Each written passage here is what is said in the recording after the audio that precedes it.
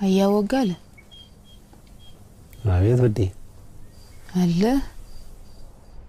ምን ነው ድምጽ ጠፋስ አለው እኮ እዚሁ ነኝ አንቺን እያየው ነው እኔ ነው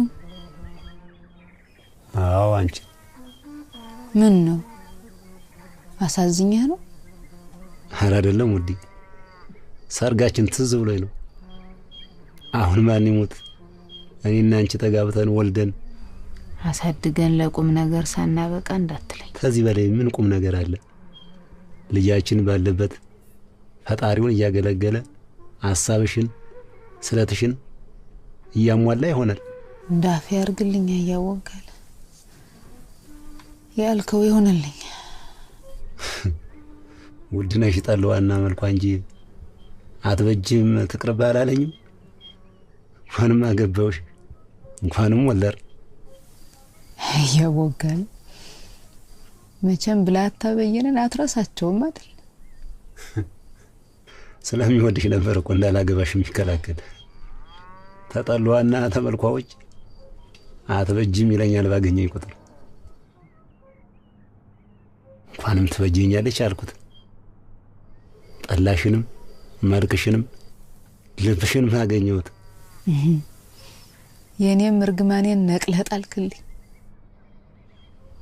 ለሱም የምትገባውን ሰጠው ያው ያችን ነገረኛ ገብ ተለብለበው ሲሆን ተጋረገው ከሆነሩ አልበይ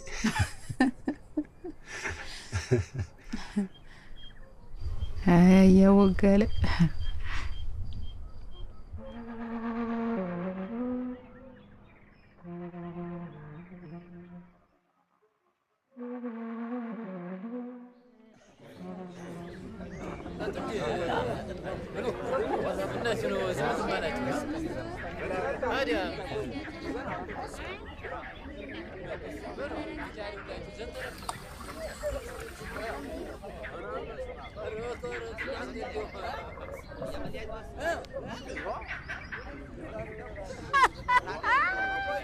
እናንተዬ አንድ ሰው ተጌታ ወገን ቢወለድም ምግባሩ ግን የባሪያ ነው አሽሙር መሆኑ ነው አሁን ማን ይሙት ጠላ ሚቀዳ ጠፍቶ ነው እንዱ አለው ለማለት ታልሆነ አሁንኛ ለመላኩ ባለማል ብንሆን ያንስበታል እንጂ በዛበታል ቀኑ ሙሉ በወሬ መስሎኝ ስንባዝር ምን ሽሙጥ መሆኑ ነው ጠላውን ብቻ አይደለም ነገሩን ማውቀበታለሁ ይያልሽ ነው ይልቅስ እምትባየውን በሰማሽ ምን ተዘጋያለሽ አትናገሪ ምን ባለው ከመንኖር አይብስ ምን ነው አማረልኛልሽ አንቺ ባሎችሽን የፈጀሽ የባል በሽታ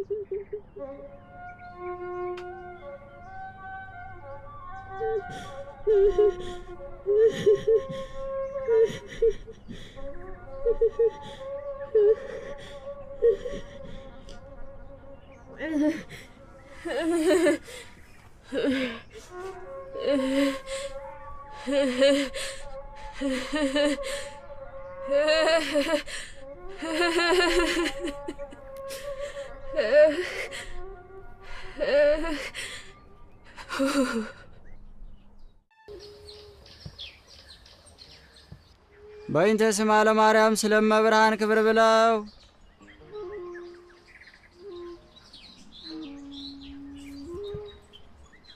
መብርሃን ትቁምለዋ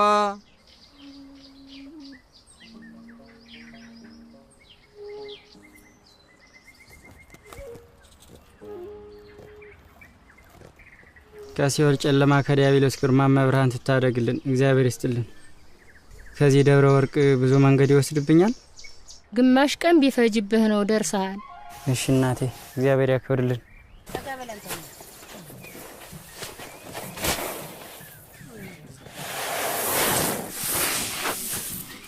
የማነሽ ምስታን ታያም ስጋ ነው ይበቃሻል። እኔ ስትልኝ ጌታዬ እንደምን ዋሉ? እንደምን ውለሃል ቦጋለ? ይመስገነው ጌታዬ። ምንም አልል ይመስገነው። ስማኝማ የዚያን ንጉሴ መሬት ገዝቼዋለሁ። ያን የመሰለ መሬት እንዴት አበላሽቶታል መሰለ።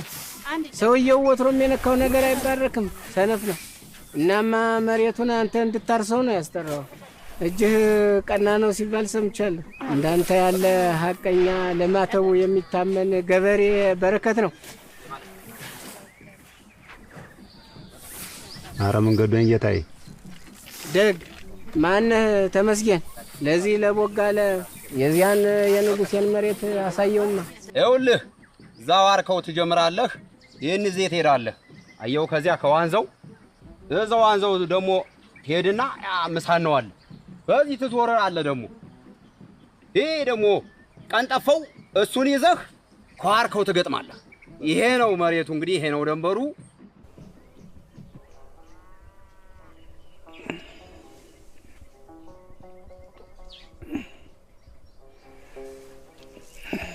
አይማውዱ ይተላ ቆንጆ ጠላ ነው። መቱድነሽ ከዛሬ በፊት ባሎቹትን ሲያገቡ ዳንዳቸው ማማላጁኝ እንዳልመጣው እርሶ ያውቃሉ። አሁን ግን በግድ የሚያስፈልግ መስሎኝ ነው አማላጁኝ የመጣሁት። በውጭ የሚወራውን የእርሶ ጆሮ አይሰማው።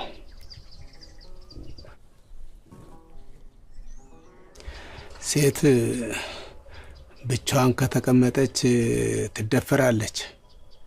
ባትደፈርም እንኳን አልተደፈረችም አትባልም። አባ እንኳን ከወንድ ከዘመድ ርቄ ባዘን ተጨንቄ እንጀራ በእንባዬ እያራስኩ እየበላው መቀመጥ ያንሶ የአገሬ ሰው ለክፉ ድል የተባባሪ ሆኖ አላስቀምጠኝ ሲል ጊዜ ምን ላርግ? እግዚአብሔር ይሁንጂ አባቴ። ልቦ የተጫነውን ከባድ ሐዘን በትዕግስትና በንጽህና ተሸክሞ መኖሩን ከርሶና ከእግዚአብሔር በቀር ማን ያውቅልዎታል? ሰው ለብሰውና መልኩ አምረው ሲወጡ ሲያይ ደስ ብሎ የሥጋ ፍቃዶን ፈጽመው ሚኖሩ ይመስለዋል። ሰው እግዚአብሔርን አይደለምና የውጭን እንጂ የውስጡን አይ።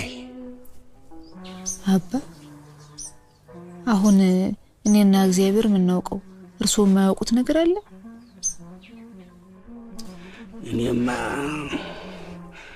እኔስ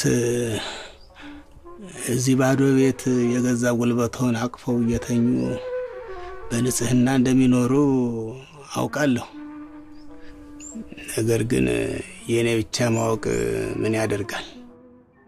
ለዚህ ሁሉ መድኃኒቱ የሐሜተኛውን አፍ የሚያዘጋ የተሰበረ ልቦን የሚጠግን ይህን ሁሉ የሚያደርግ ያው አሁን እንደነገርኩት ያው ትዳር መያዝ ነው።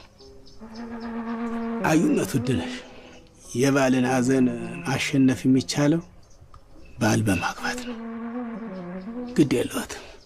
እኔ ለእርሶ የሚጠቅም እንጂ የሚጎዳ ምክር አልመክሮት።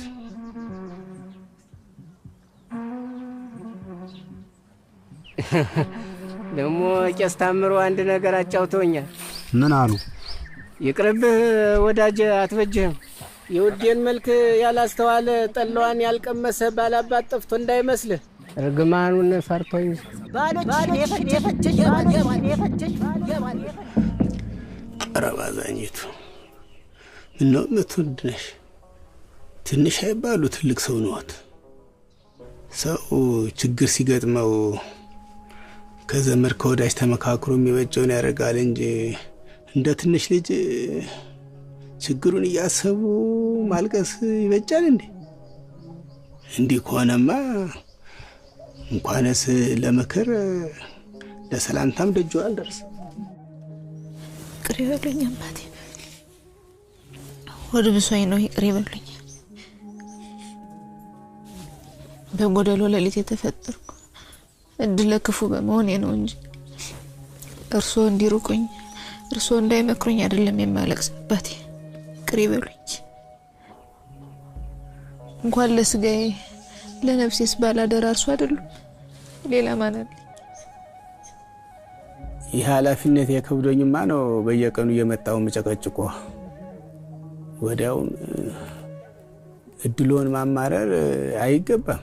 ሰው ገና ሲወለድ እድሜው ከእግዚአብሔር ተሰፍሮ የሚሰጠው ስለሆነ እነዛ ሰዎች እርሶን ቢያገቡ ባያገቡ ከእግዚአብሔር ተሰፍሮ የተሰጣቸው እድሜ ሲያልቅ መሞታቸው እንደሆነ አይቀር። ስለዚህ የሰው አፍ እየሰሙ እግዚአብሔርንም እድሎትንም ማማረር አይገባም። እሱስ እውነት ነው። ብቻ የሰው ምላስ ከሰዓት የበለጠ ያቃጥላል።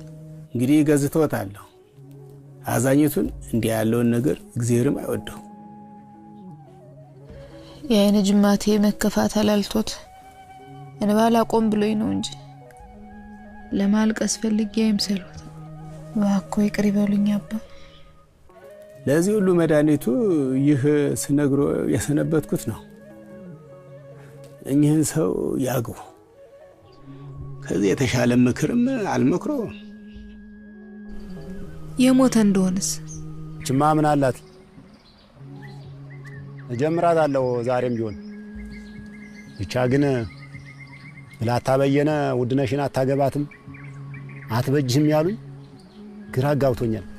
እኔስ መቼም ሳፍር ስሰቃይ ኑሬ እንዳልፍ አንድ ጊዜ ተፈርዶብኛል።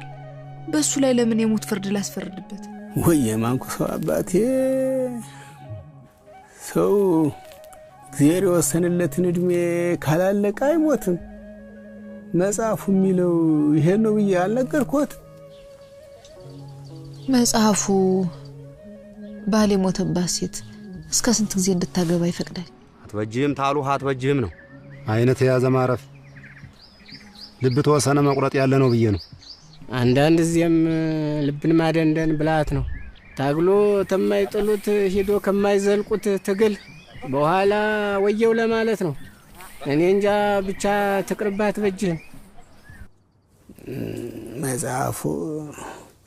መጽሐፉ እንኳን አይወስንም።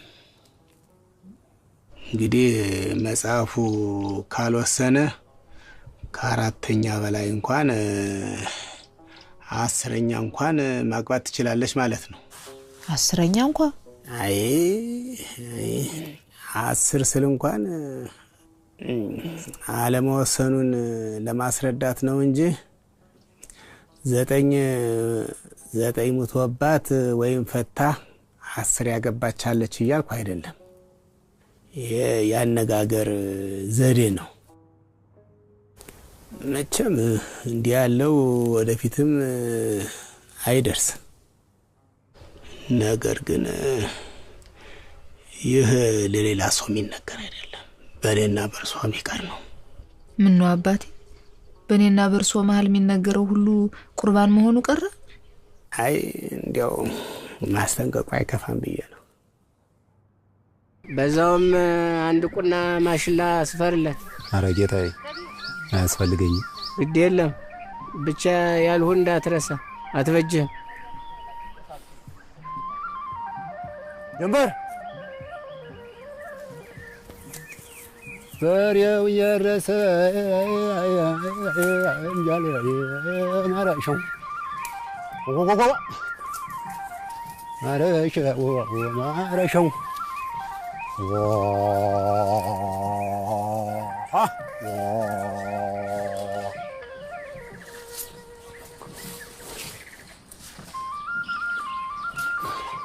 የሚዋ ታው ጀንበር ታው ምን የግራው በሬ ስልጓድንጓድ የቀኙ በሬ ስልወጣ ወጣ ታው በጥሩ ጅራፍ አይን የሚዋጣ አያቦጋለ የደረሰብኝንና ሰው የሚለውን ሁሉ እዚሁ ተቀምጦ እየሰማ ላግባት ማለቱ ማዘኔን ስለተረዳ ደስ ላሰኛት ልጽደቅባት ብሎ ነው ወይስ እንዴት ነው ነገሩ? አይደለም ደስ አሰኝቻት ደስ ታሰኘኝ ብሎ ነው እንጂ ልጽደቅባት ብሎስ አይደለም። እንዴት? እርሶ ባሎቹ በሞታቸው ምክንያት እሳቸው ደግሞ በሌላ በልዩ ልዩ ምክንያት ብቸኝነት የሚያደርሰው መከፋት ደህና አርጋችሁ ያወቃችሁ ስለሆናችሁ ሁለታችሁም ብትጣመሩ ተስማምታችሁ ትኖራላችሁ ብሎ በማመን ነው። አያቦጋለም ቆዳቸው ሞኝ ቢመስልም የዋዛ ሰው አይደሉም። ውስጠ ወይራ ናቸው፣ ብስል ናቸው።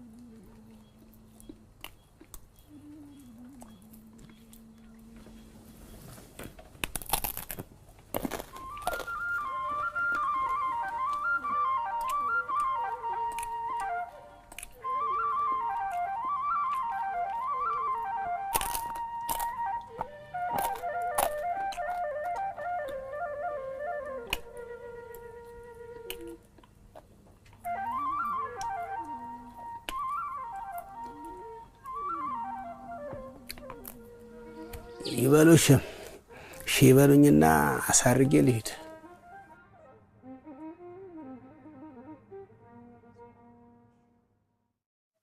እሺ የእሱን ምክር ትቼ ወዴት ሄዳለሁ? እሺ እሺ በሉ። እግዚአብሔር ጋብቻውን ይባርከው። አይዞ እንግዲህ ያለፈውን ሁሉ ይርሱ። እምነቱንም በእግዚአብሔር ያርጉ። ግዴለዎትም ወደፊት ምንም አይደርስቦትም። እኔም ጸልያለሁ። በጸሎቱ አይርሱኝ አባቴ።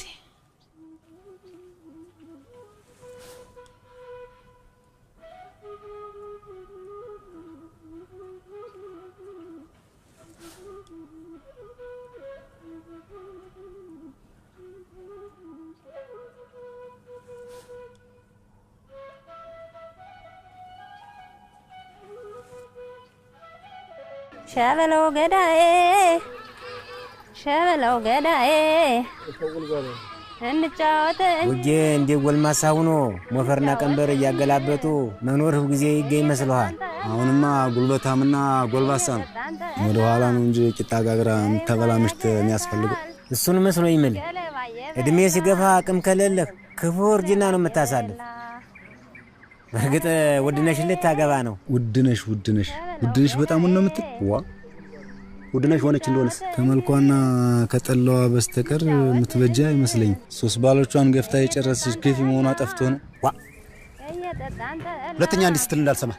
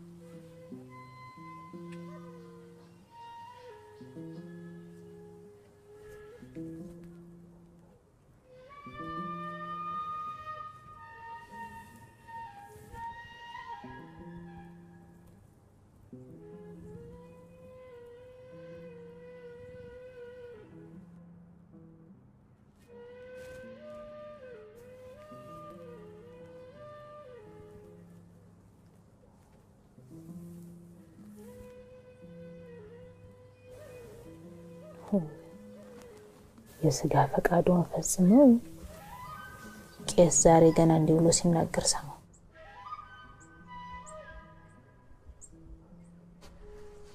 ለብቻ መኖር ጥቅሙ የሰሩትን ሰርቶ ያልሰሩ መስሎ ለመታየት ማስቻሉ ነው።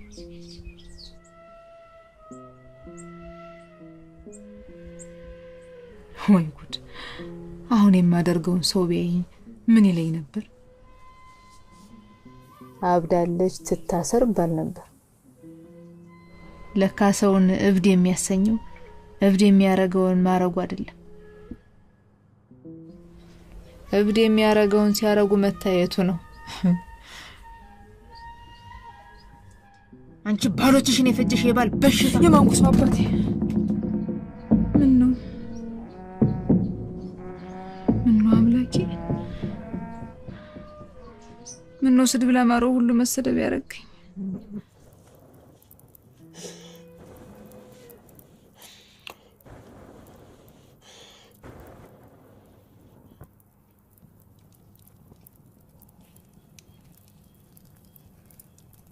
እንዴት አመሻችሁ? አያቦጋለ ተናሉ አባ እንዴት አላችሁ? እንግዲህ ያንተና የሷ ጉዳይ እግዚአብሔር በቃ ብሏቸዋል። ሻለች አባቴ? አሁን ልጄ እሺ ብላለች። ተመስገን አምላኬ ተመስገን። እግዚአብሔር ይስጥልኝ አባቴ። ይሄኮ የኔ የጥርቅ ጉዳይ ነው ልጄ፣ የጥርቅ ጉዳይ ነው። እሺ አባቴ።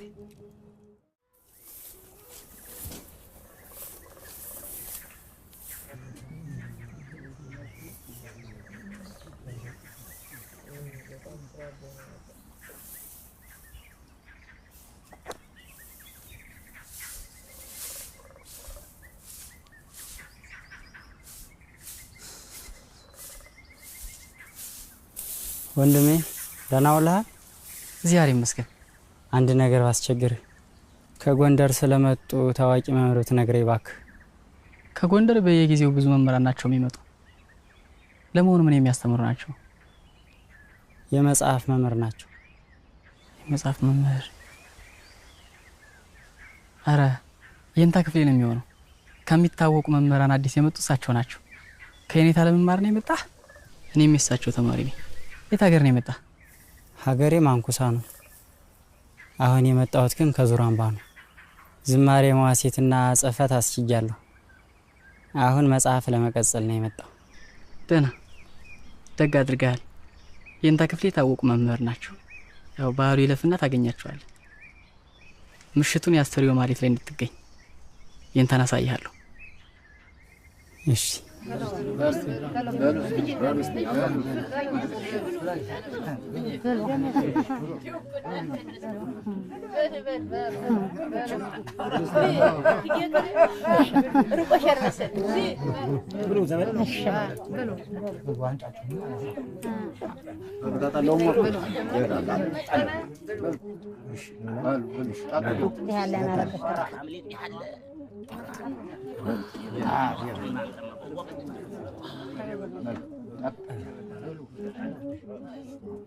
እዛም ሴቶች ብሉ እንጂ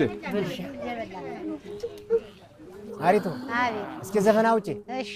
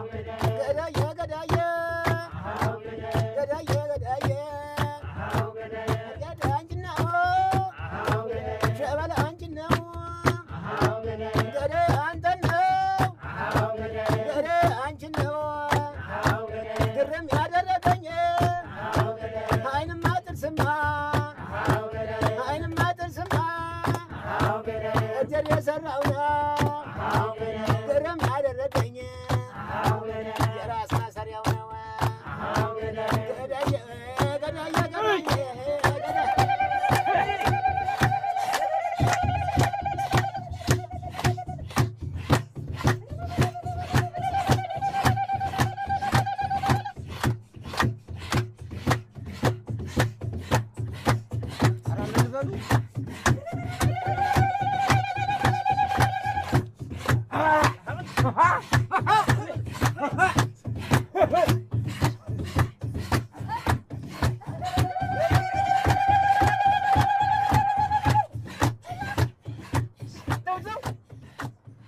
አያቦጋለ ከድሆች ወገን ተወልደው በድህነት ያደጉ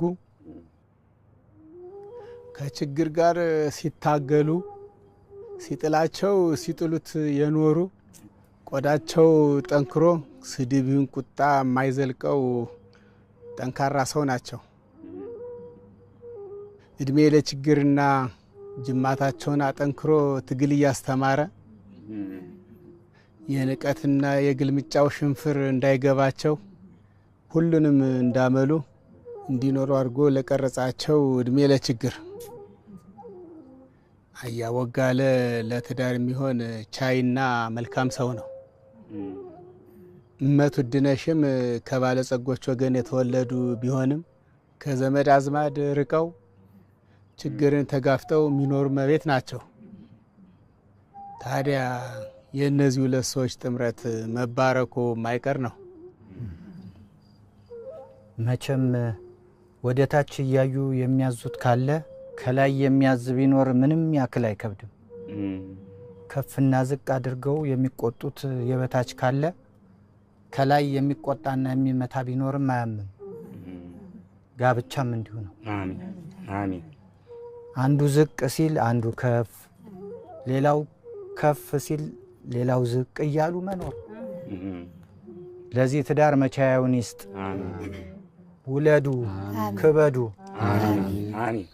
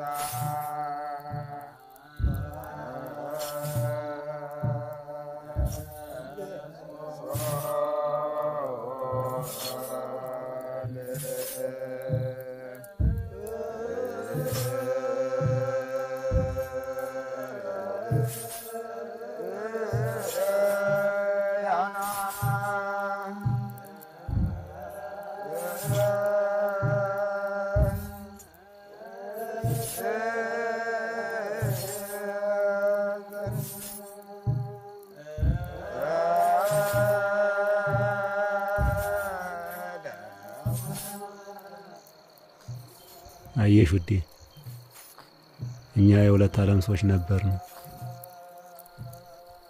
እግዚአብሔር እድሜ ተሰጠ የሁለት ዓለም ሰዎች እየተዋወቁ እየተለማመዱ እየተዋደዱ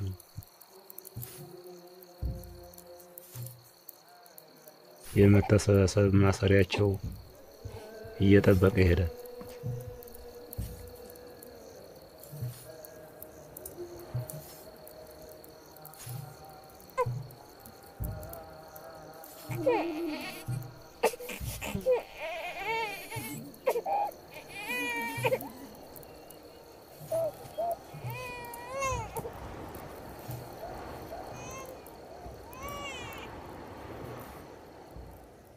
ማን ይባላል ስምህ? በዛብህ እባላለሁ። እንደ ተግባሩ ሸጋ ሰው ነው ያለህ። ደህና ድምፅ ነው ያለህ። አስተርእዮ ማርያም ዕጣነ ሞገር እንድትመራን እባክህ። ግድ የለህም ልጄ፣ እሺ በል በረከት ነው። ከእኔ የሚሻሉ ሞልቶ ዛሬ መጥቼ ዕጣነ ሞገር መመራቴ አስተርእዮ ለባሏ መድረስህም ያለ ምክንያት አይደለም። ሰዋት መራ ነው ልጄ። እሺ በለን። እሺ የንታ አቤት። ከእርሶ ዘንድ ለመማር ነበር የመጣሁት። መጽሐፍ መማር መቀጠል እፈልጋለሁ። መልካም ነው። እንግዲህ ባሉ ሲያልፍ ትጀምራለህ። እንዴት አይነት ቆራጥ ቢሆን! አዎ ይህንን የሚያህል መሬት ብቻውን አርሶ። እኔ እሱን ማለት አይደለም። ውድነሽን ያገባው እንዴት ላይ ወጡ አይፈራም። እርግማኑስ አልነበረም ማለት ነው። ያው እግዚአብሔር ታርቋቸው ይሆናል እንጂ እርግማኑማ አገር ያወቀው ነገር ነው። ይሄ ግትር አትበጅም ሲባል እሺ ሊል ይገባው ነበር። መሬቱን ለንጉሴ መልሱለት። እግዚአብሔር እስኪ ጨርሶ ይቅር እንዳለው እናያለን።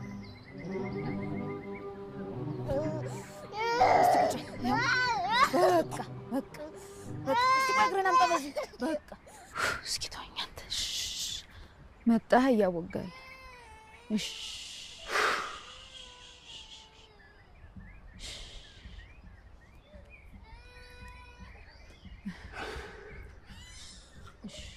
ውዴ ዛሬ ስለፋውዬ ደክሞኛል። እንዴት እንጀራ ስጭኝ። በዛብህን አሞብኝ ስጠብቁኝ ምንም ነገር አላዘጋጀሁም። ቆይ ባይሆን ማታ የተረፈች ገብስ ቆሎ አለች፣ እሷን ላምጣልህ።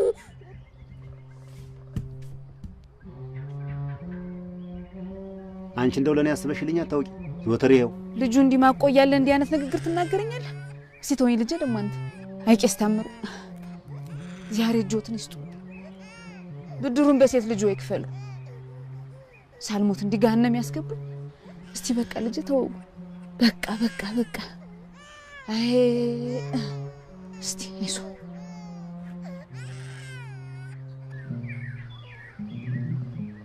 ገሃነም ያገቡኝ ብላኝ አረፈችው እኮ አንተው። እስቲ ምን አሏት እናት እንዲህ ያለ ተቆሶ የመረራ የተናገረች።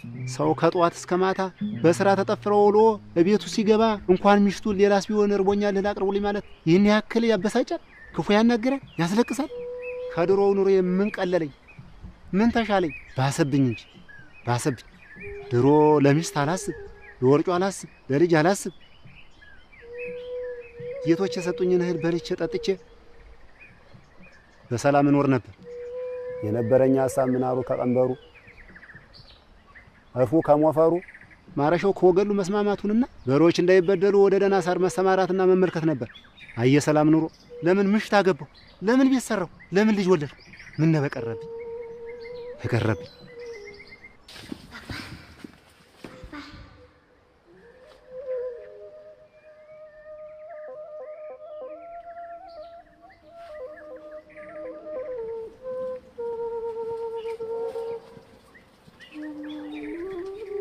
ሰው ከእንስሳት የሚለይበት በሁለት እግሩ ቆሞ በመሄዱ አይደለም። ዶሮም በሁለት እግሩ ነው የሚሄድ። እንግዲያ ቋንቋ ስላለው ነው አይደለም። እንስሳትም በሳቸው የሚግባቡበት ቋንቋ አላቸው። ሰው ከእንስሳት የሚለይበት ራሱን መግዛት የሚችል በመሆን ነው። ሰው ከእንስሳ የሚለይበት ራብን፣ ስስትን፣ ዝሙትን ለመግታት በመቻሉ ነው። ሰው በረሃብ ተገብቶ የተመኘውን ሁሉ ልብላ ካለ፣ በስስት ተገብቶ ያየውን ሁሉ የኔ ካለ፣ በዝሙት ተገብቶ ከሚመኛት ጋር ግብረ ዝሙት ሊፈጽም ካለ ሰው መሆኑ ቀርቶ በሁለት እግሩ የሚሄድ እንስሳ ይሆናል። ሰው ከስጋና ከመንፈስ አንድ ላይ ተዋህዶ እንደመፈጠሩ ዓለማዊና መንፈሳዊ ስሜቶች ያለማቆራረጥ የሚፈራረቁበት፣ የሚታገሉበት፣ የሚዋጉበት የጦር ሜዳ ነው። በእንዲህ ያለው ጦርነት መንፈስ ድል አድራጊ ከሆነ የስጋ ፍቃዶች ሁሉ ይገዛል ማለት ነው። የሰው መንፈስ በርቶ ስጋን ካሸነፈ ሰው ከስጋው ድፍና ጉስቁልና ጠርቶ ወደ ሰማይ አምላኩን መቅረብ፣ በጸሎት መነጋገር፣ የጻድቃን ማህበርተኛ መሆን ይችላል ማለት ነው። ለዚህ ነው ሥርዓተ ጾም የተሰራበት ዋና ምክንያት። ጾም የተሰራ መንፈስን ለማበርታት፣ ስጋን ለማድከም፣ ሰውን ወደ ስርዓት የሚለውጡ ፍቃዶች ለመግታት ወይም ባጭር ቃል ሰው ራሱ መግዛት እንዲችል ነው።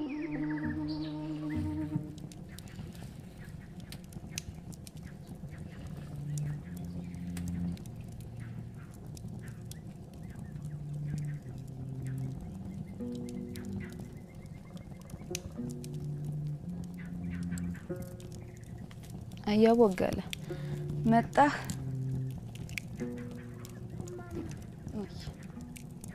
ልጁ እየተቀበጠበጠ ጊዜ ሲያስቸግረኝ፣ በዚያ ላይ አንተ ደግሞ ለኔ አስበሽልኝ አታውቂም ስትለኝ ጊዜ ነው የተቆጣው። ጎዳው። አንተ ጎዳው ሙዲ፣ አንተ ጎዳው። እኔም አጥፍቻለሁ። እንደዚያ ልናገር አይገባም ነበር። ተሳስቻለሁ። ራብ ክፉ ነው። እንዲህ ሊያልፍ ሽማግሌነቴን አስረስቶ እንደ ልጅ አቅበጥጦኝ ነው እንጂ እኔስ አልተጎዳሁም። አይ እኔም ዘወትር እያለቀስኩና እየተበሳጨሁ አስቸገርኩ። አንቺም አልተበሳጭ ልታለቅሽ ይገባሻል። አንቺ ያልተበሳጨሽ ማን ይበሳጫል? አንቺ ያላለቀሽ ማን ያልቅስ? በሰፊው የለመድሽ ተጭኙ ሰጋር ትልኪው አሽከር የነበረሽ ወይዘሮ አንቺን ወዲያ አልባሰ ማን ነው ሆዲ ባሰ? ቀን ቢጥልሽ ቀን ቢከፋሽ ነው እንጂ የጌቶች ልጅ አልነበርሽ። ቢርበኝም አንቺን ችግር አይቼ ዝም አለ ማለቴ ጥፋተኛው እኔ ነኝ። አይ ይሁን እስቲ የኔውስ ግድ የለም። ልጃችንን ፈጣሪ አትርፍልን እንጂ ሌላው ሁሉ ትርፍ ነው።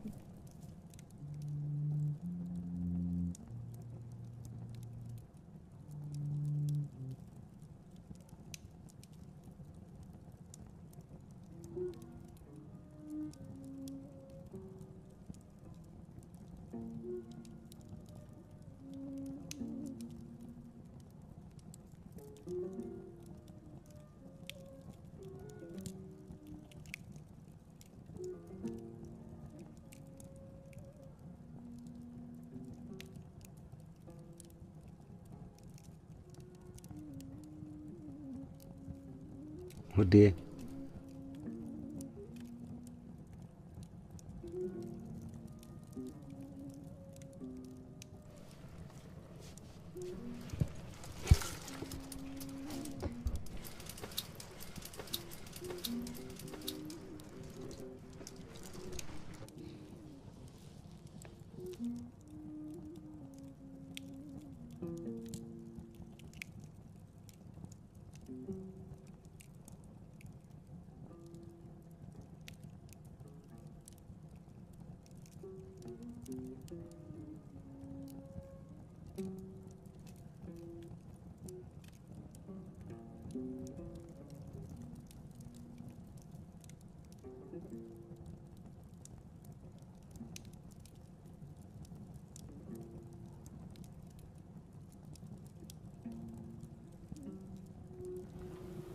ምጣዱ ላይ እንጀራ አለ ያራል። ይበር ምን አባቱ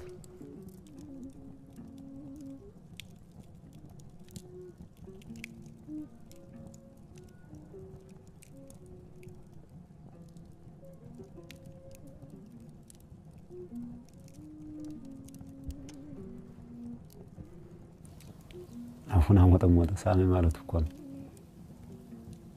ቀኑ ሙላ ባባ ሲል ነው እኮ ያለ። እንግዲህ መሙ እየተሻለው መለየቱ ነው እንጂ አባቱ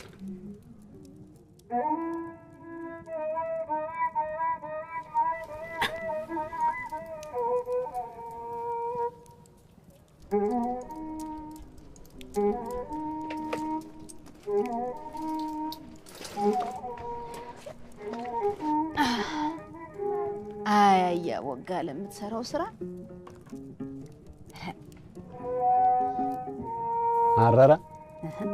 አረረ ትላለህ። ከሰል ሆነ እንጂ ታይቢራር ምን አባቱ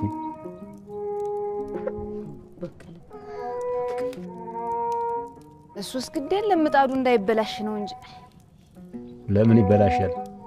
ምጣድ አንድ ጊዜ ላይ እንጀራ ካረረ ከዚያ ወዲያ 2-3 እንጀራ ተበላሸ በኋላ ነው ደህና እንጀራ የሚያወጣ።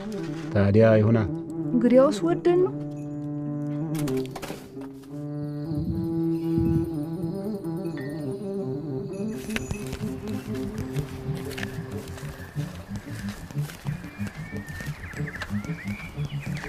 ድንገት ለንጉሴ ተመልሶለታል እንዳደርስ እንዴት ይባላል? የገንዛ መሬታቸው እኮ ነው። ዋለ ንጉሴ ለማንስ ቢሰጡ አንተ ምን ይገድ? እኔ አይስጡ አላልኩም። የደረሰውን አጭጄ ድርሻዬን ይስጡኝ አልኩኝ እንጂ ታው ስትባል አልሰማልክ። አሁን ምን ዋጋ አለው? መጀመሪያ ነበር የሚበጅን ማድረግ።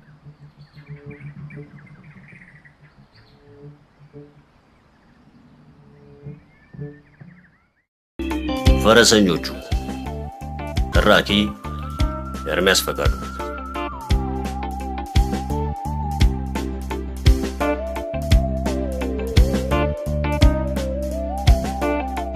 በጥንት ዘመን ከተራሮች ግርጌና ከለምለሙ ሸለቆ መካከል ፈረሰኛው የምትባል መንግስት ነበረች። የፈረሰኛው ህዝብ እንግዳ ተቀባይ ነበር። መሬቷም የተባረከች ነበረች። ነገር ግን አንድ የማይታይ እርግማን እንደ ጥላ ተከትሏቸው ነበር። የፈረሰኛው ህዝብ የሚጠጣው ከሌቶ ከሚባል የመርሳት ወንዝ ነበር። የወንዙ ውሃ ጥርት ያለና ጣፋጭ ነበር። ነገር ግን አንድ ሲኒ የጠጣ ሰው የትላንቱን ህመም፣ የትላንቱን ደስታ፣ የትላንቱን ማንነት ይረሳዋል። አባቶቻቸው እነማን እንደነበሩ፣ ምን አይነት ጀግንነት እንደሰሩ፣ ምን አይነት ስህተት እንደፈጸሙ አያስታውሱም። ታሪካቸው በየዕለቱ ከንጋት ፀሐይ ጋር እንደ ጤዛ ይተናል።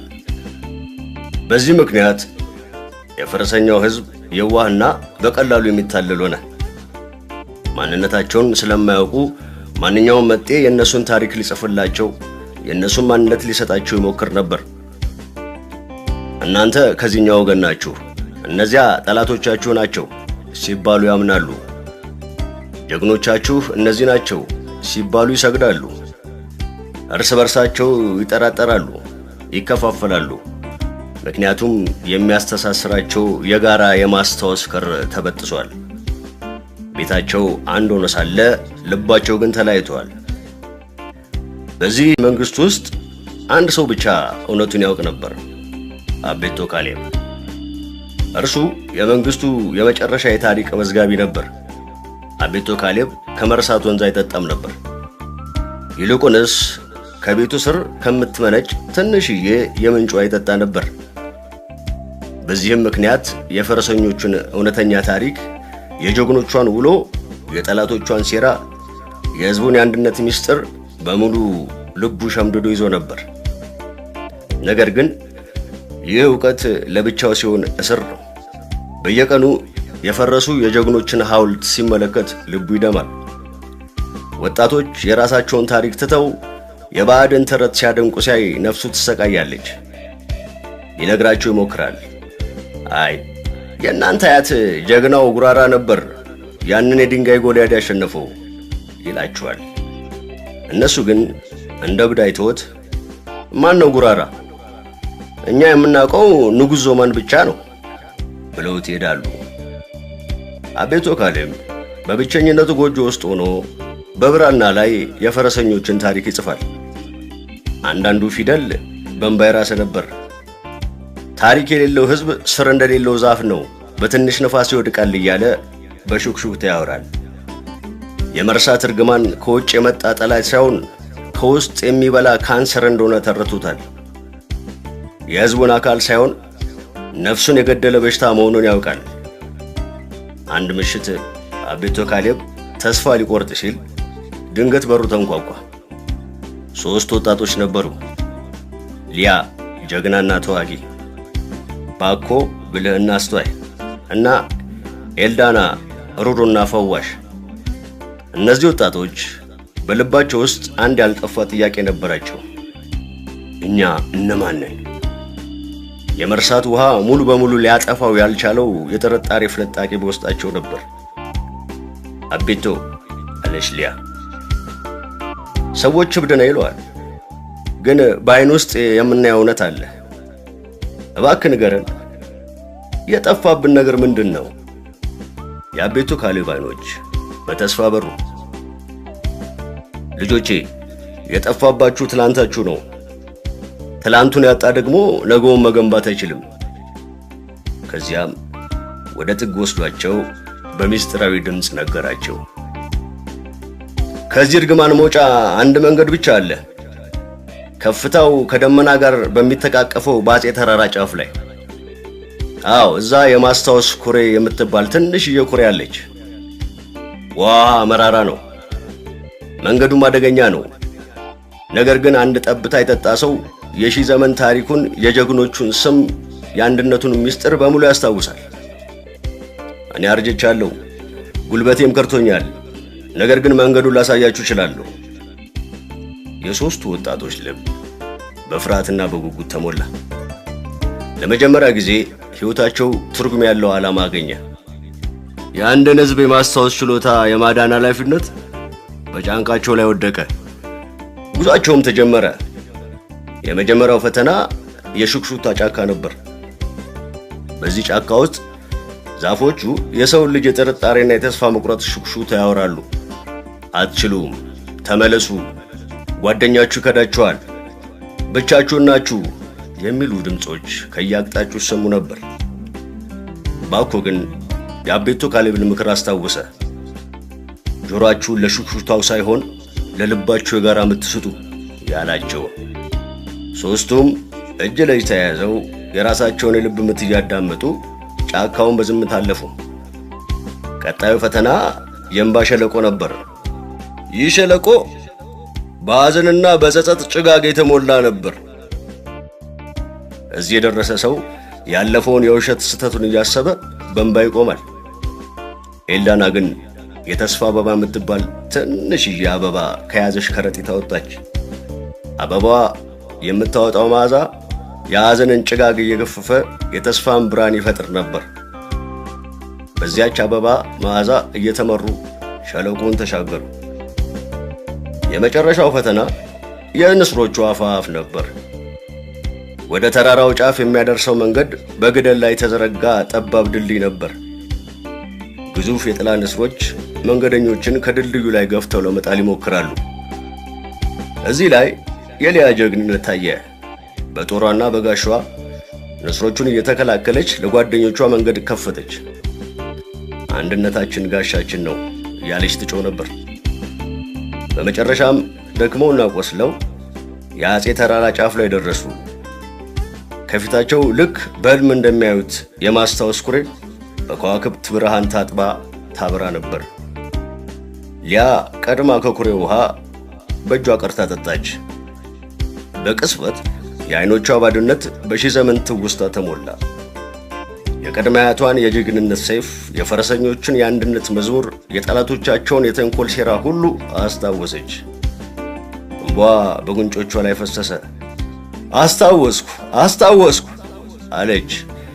ባኮና ኤልዳናም ተከትሎ አጠጡ። ወደ መንግስታቸው ሲመለሱ ከኩሬው ውሃ በትልቅ የቆዳ ማቅ ይዘው ነበር። በቀጥታ ወደ መርሳት ወንዝ ሄደው የማስታወሱ ውሃውን ከወንዙ ጋር ቀላቀሉት። ወንዙ ለአፍታ ተናወጠ፣ ቀለሙም ተለዋወጠ። ወንዙ የጠጣው ሕዝብ ሁሉ በድንገት ቆመ። በፊታቸው ላይ የነበረው ግራ መጋባት ቀስ በቀስ ወደ ማስታወስ ተለወጠ። አባት ልጁን፣ ወንድም እህቱን፣ ጎረቤት ጎረቤቱን በእውነት ተመለከተ። የጋራ ታሪካቸውን፣ የጋራ ህመማቸውን፣ የጋራ ድላቸውን አስታወሱ። የውሸት ጣዖታቸውን አፈራረሱ። የፈረሱ ሐውልቶቻቸውን እንደገና ሊገነቡ ቃል ገቡ። የፈረሰኞቹ መንግስት ዳግም ተወለደች። በዚህ ጊዜ ግን መሰረቷ ባሸዋ ላይ ሳይሆን በማይናወጥ የማስታወስ አለት ላይ ነበር። እናም የአቤቶ ካሌብ ድምፅ በትውልዶች ልብ ውስጥ አስተጋባ። ታሪክ የሌለው ህዝብ ስር እንደሌለው ዛፍ ነው። ስራችሁን ወቁ፣ ከስራችሁም ተማሩ፣ በአንድነታችሁም ጠንክሩ። ፈጸመ።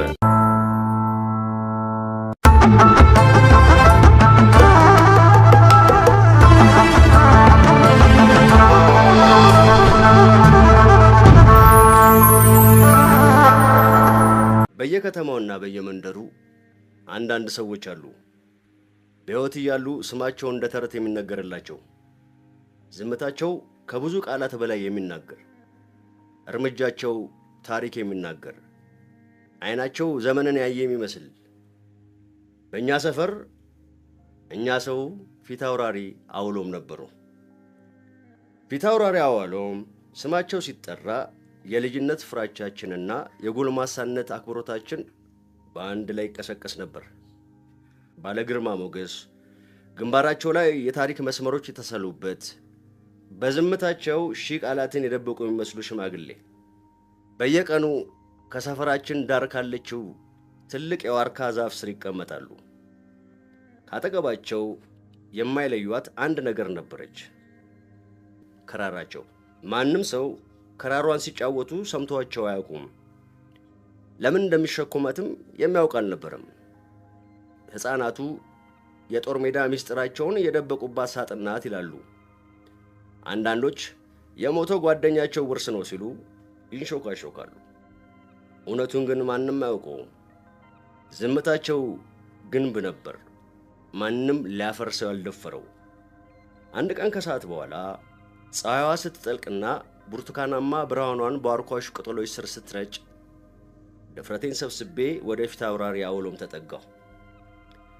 ልቤ በፍርሃት ትመታ ነበር። ፊት አውራሪ አልኩኝ በስሱ። ቀና ብለው ሲያዩኝ አይናቸው ውስጥ የዘመናት ሐዘንና ብቸኝነት ተመለከትኩ። ከንፈራቸው ሳይሆን አይናቸው ምን ነው ልጄ የሚል ጥያቄ ጠየቀኝ። ክራሯ አልኩኝ እየተንተባተብኩ። ለምን አይጫወቷትም? ለረጅም ደቂቃ ዝም አሉ። ጸጥታው ከባድ ነበር።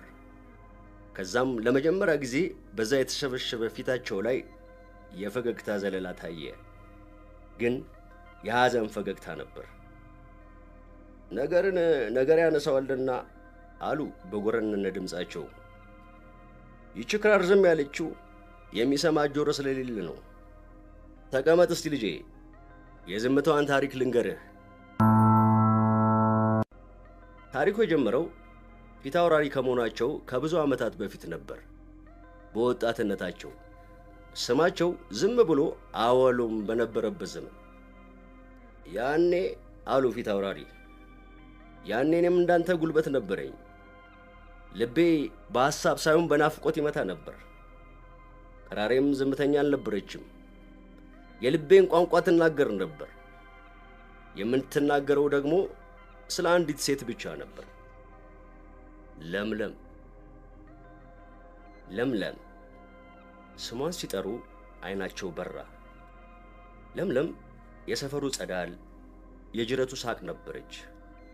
ጸጉሯ እንደ ሐር የለሰለሰ፣ ሳቋ እንደ ወንዝ የሚፈስ፣ አይኖቿ የተስፋዋ ከዋክብት ነበሩ። አውሎምና ለምለም ፍቅራቸው የአደባባይ ሚስጥር ነበር። አውሎም ክራሩን ሲመታ ለለምለም ነበር የሚዘፍነው። ዜማዎቹ የነሱ ብቻ ነበሩ። ቃላቱ የማይገልጸውን ስሜት የክራሩ ክሮች ይናገሩ ነበር።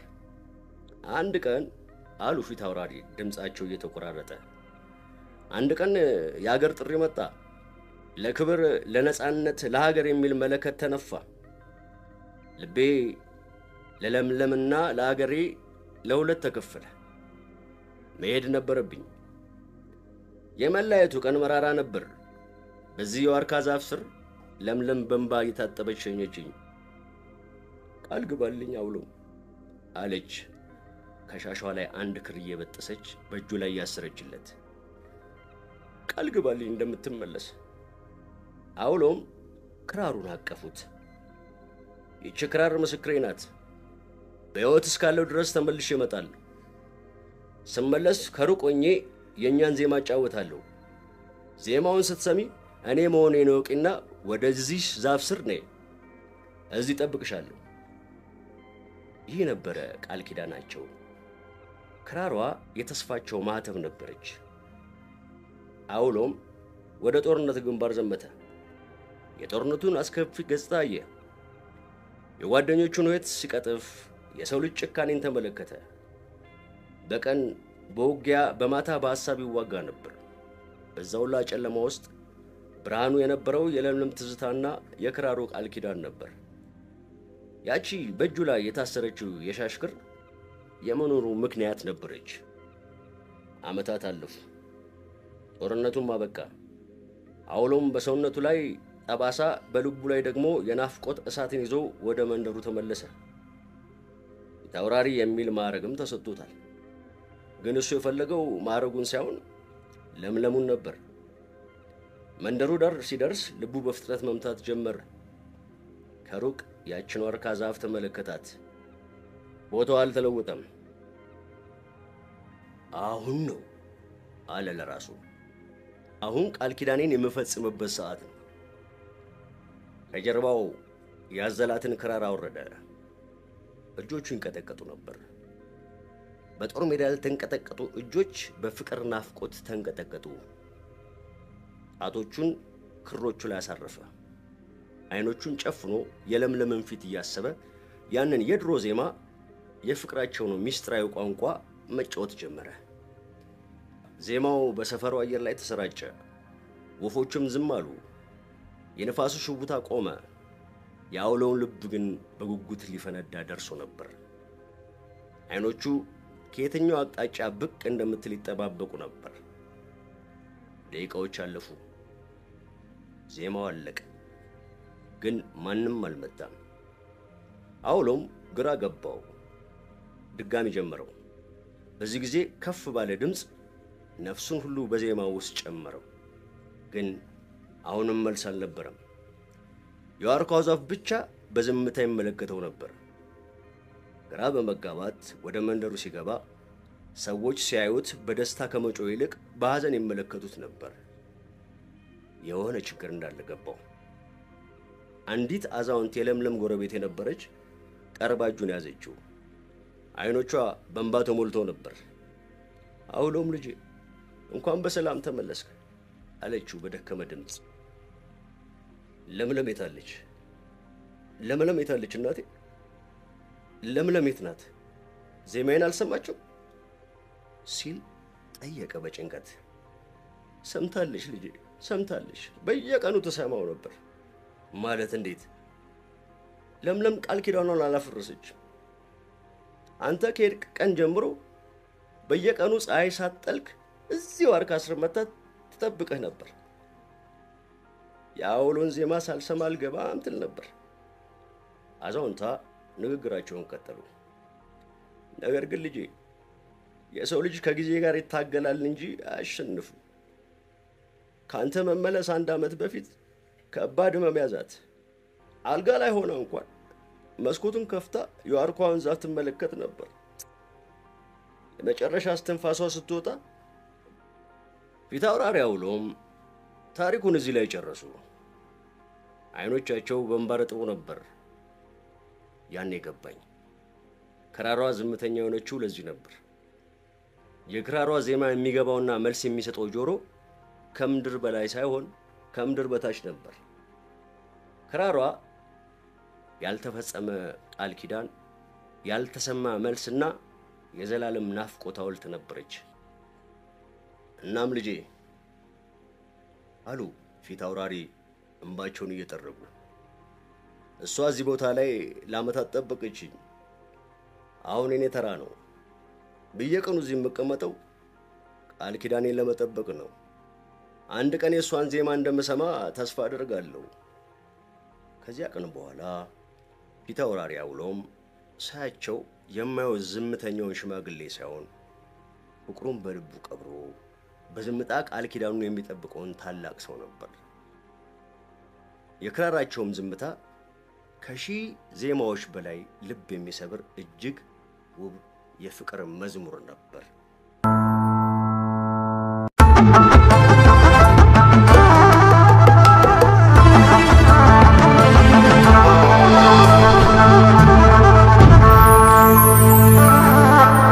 አንዳንዴ በአንድ ቅጽበት የማናውቀው እንግዳ መጥቶ የልባችንን ቁልፍ ሰብሮ ውድ ንብረታችንን ሰርቆ ወደማናውቀው ሀገር ይሰደዳል። ይህ ታሪክ በሁለት ሃይማኖቶች መካከል ስለተዘረጋ የማይበጠስ የልብ ኪዳንን ያወሳል። ይህ የጀማልና የሰላም ታሪክ ነው። ሼመንደፈር። ሸከተፍ ሸከተፍ ሸከተፍ ሸከተፍ። የጀማል አይኖች ግን ሌሊቱን ሙሉ ሲጋልቡ እንዳደሩ ፈረሶች ደክመዋል። እንቅልፍ ከሸሸው ሳምንታት ተቆጥረዋል። እያንዳንዱ የንጋት አዛን የሚነግረው ስለ አዲስ ቀን መምጣት ሳይሆን እሷ ከሄደች ሌላ ቀን መቆጠሩን ብቻ ነበር።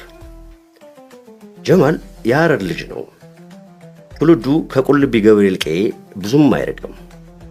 ነፍሱ በጀጎል ጠባብ መንገዶች ላይ እንደተቦካ ሊጥ፣ ማንነቱ በቅመማ ቅመም መዓዛ እንደተነከረ ቡና የሰከረ ነበር።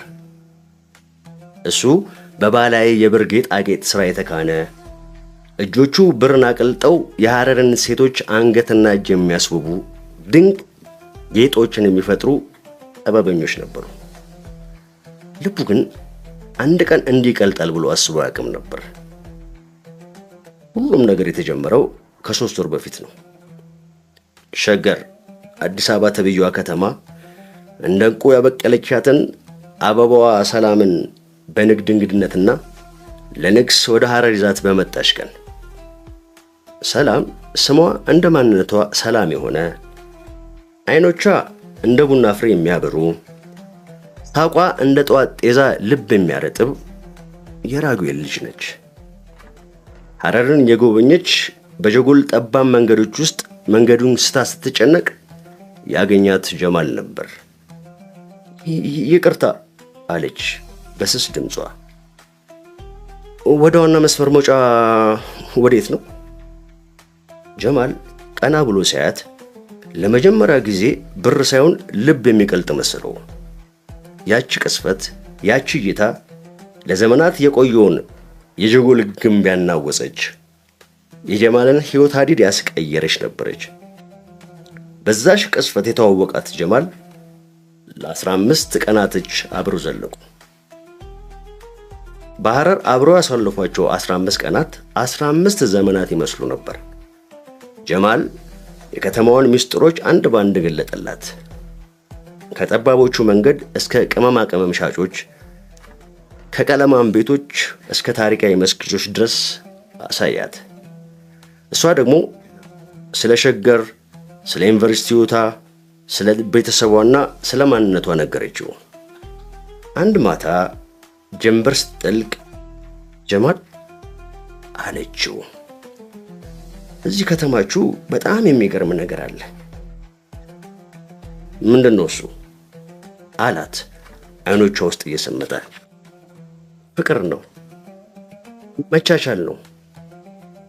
ጀማል ፈገግ አለና ታዲያ ተዘነጋሽ እንዴ ኢትዮጵያ መሆኑ? በዛሽ ቅጽበት በመካከላቸው ያለው ልዩነት ሳይሆን የሚያመሳስላቸው ኢትዮጵያዊነት እንደሆነ ተረዱ። እሱ ባላስ ሲምል፣ እሷ በቁልቢ ገብርኤል ትማጸን ነበር። ልባቸው ግን በአንድ የፍቅር ቋንቋ ይመታ ነበር።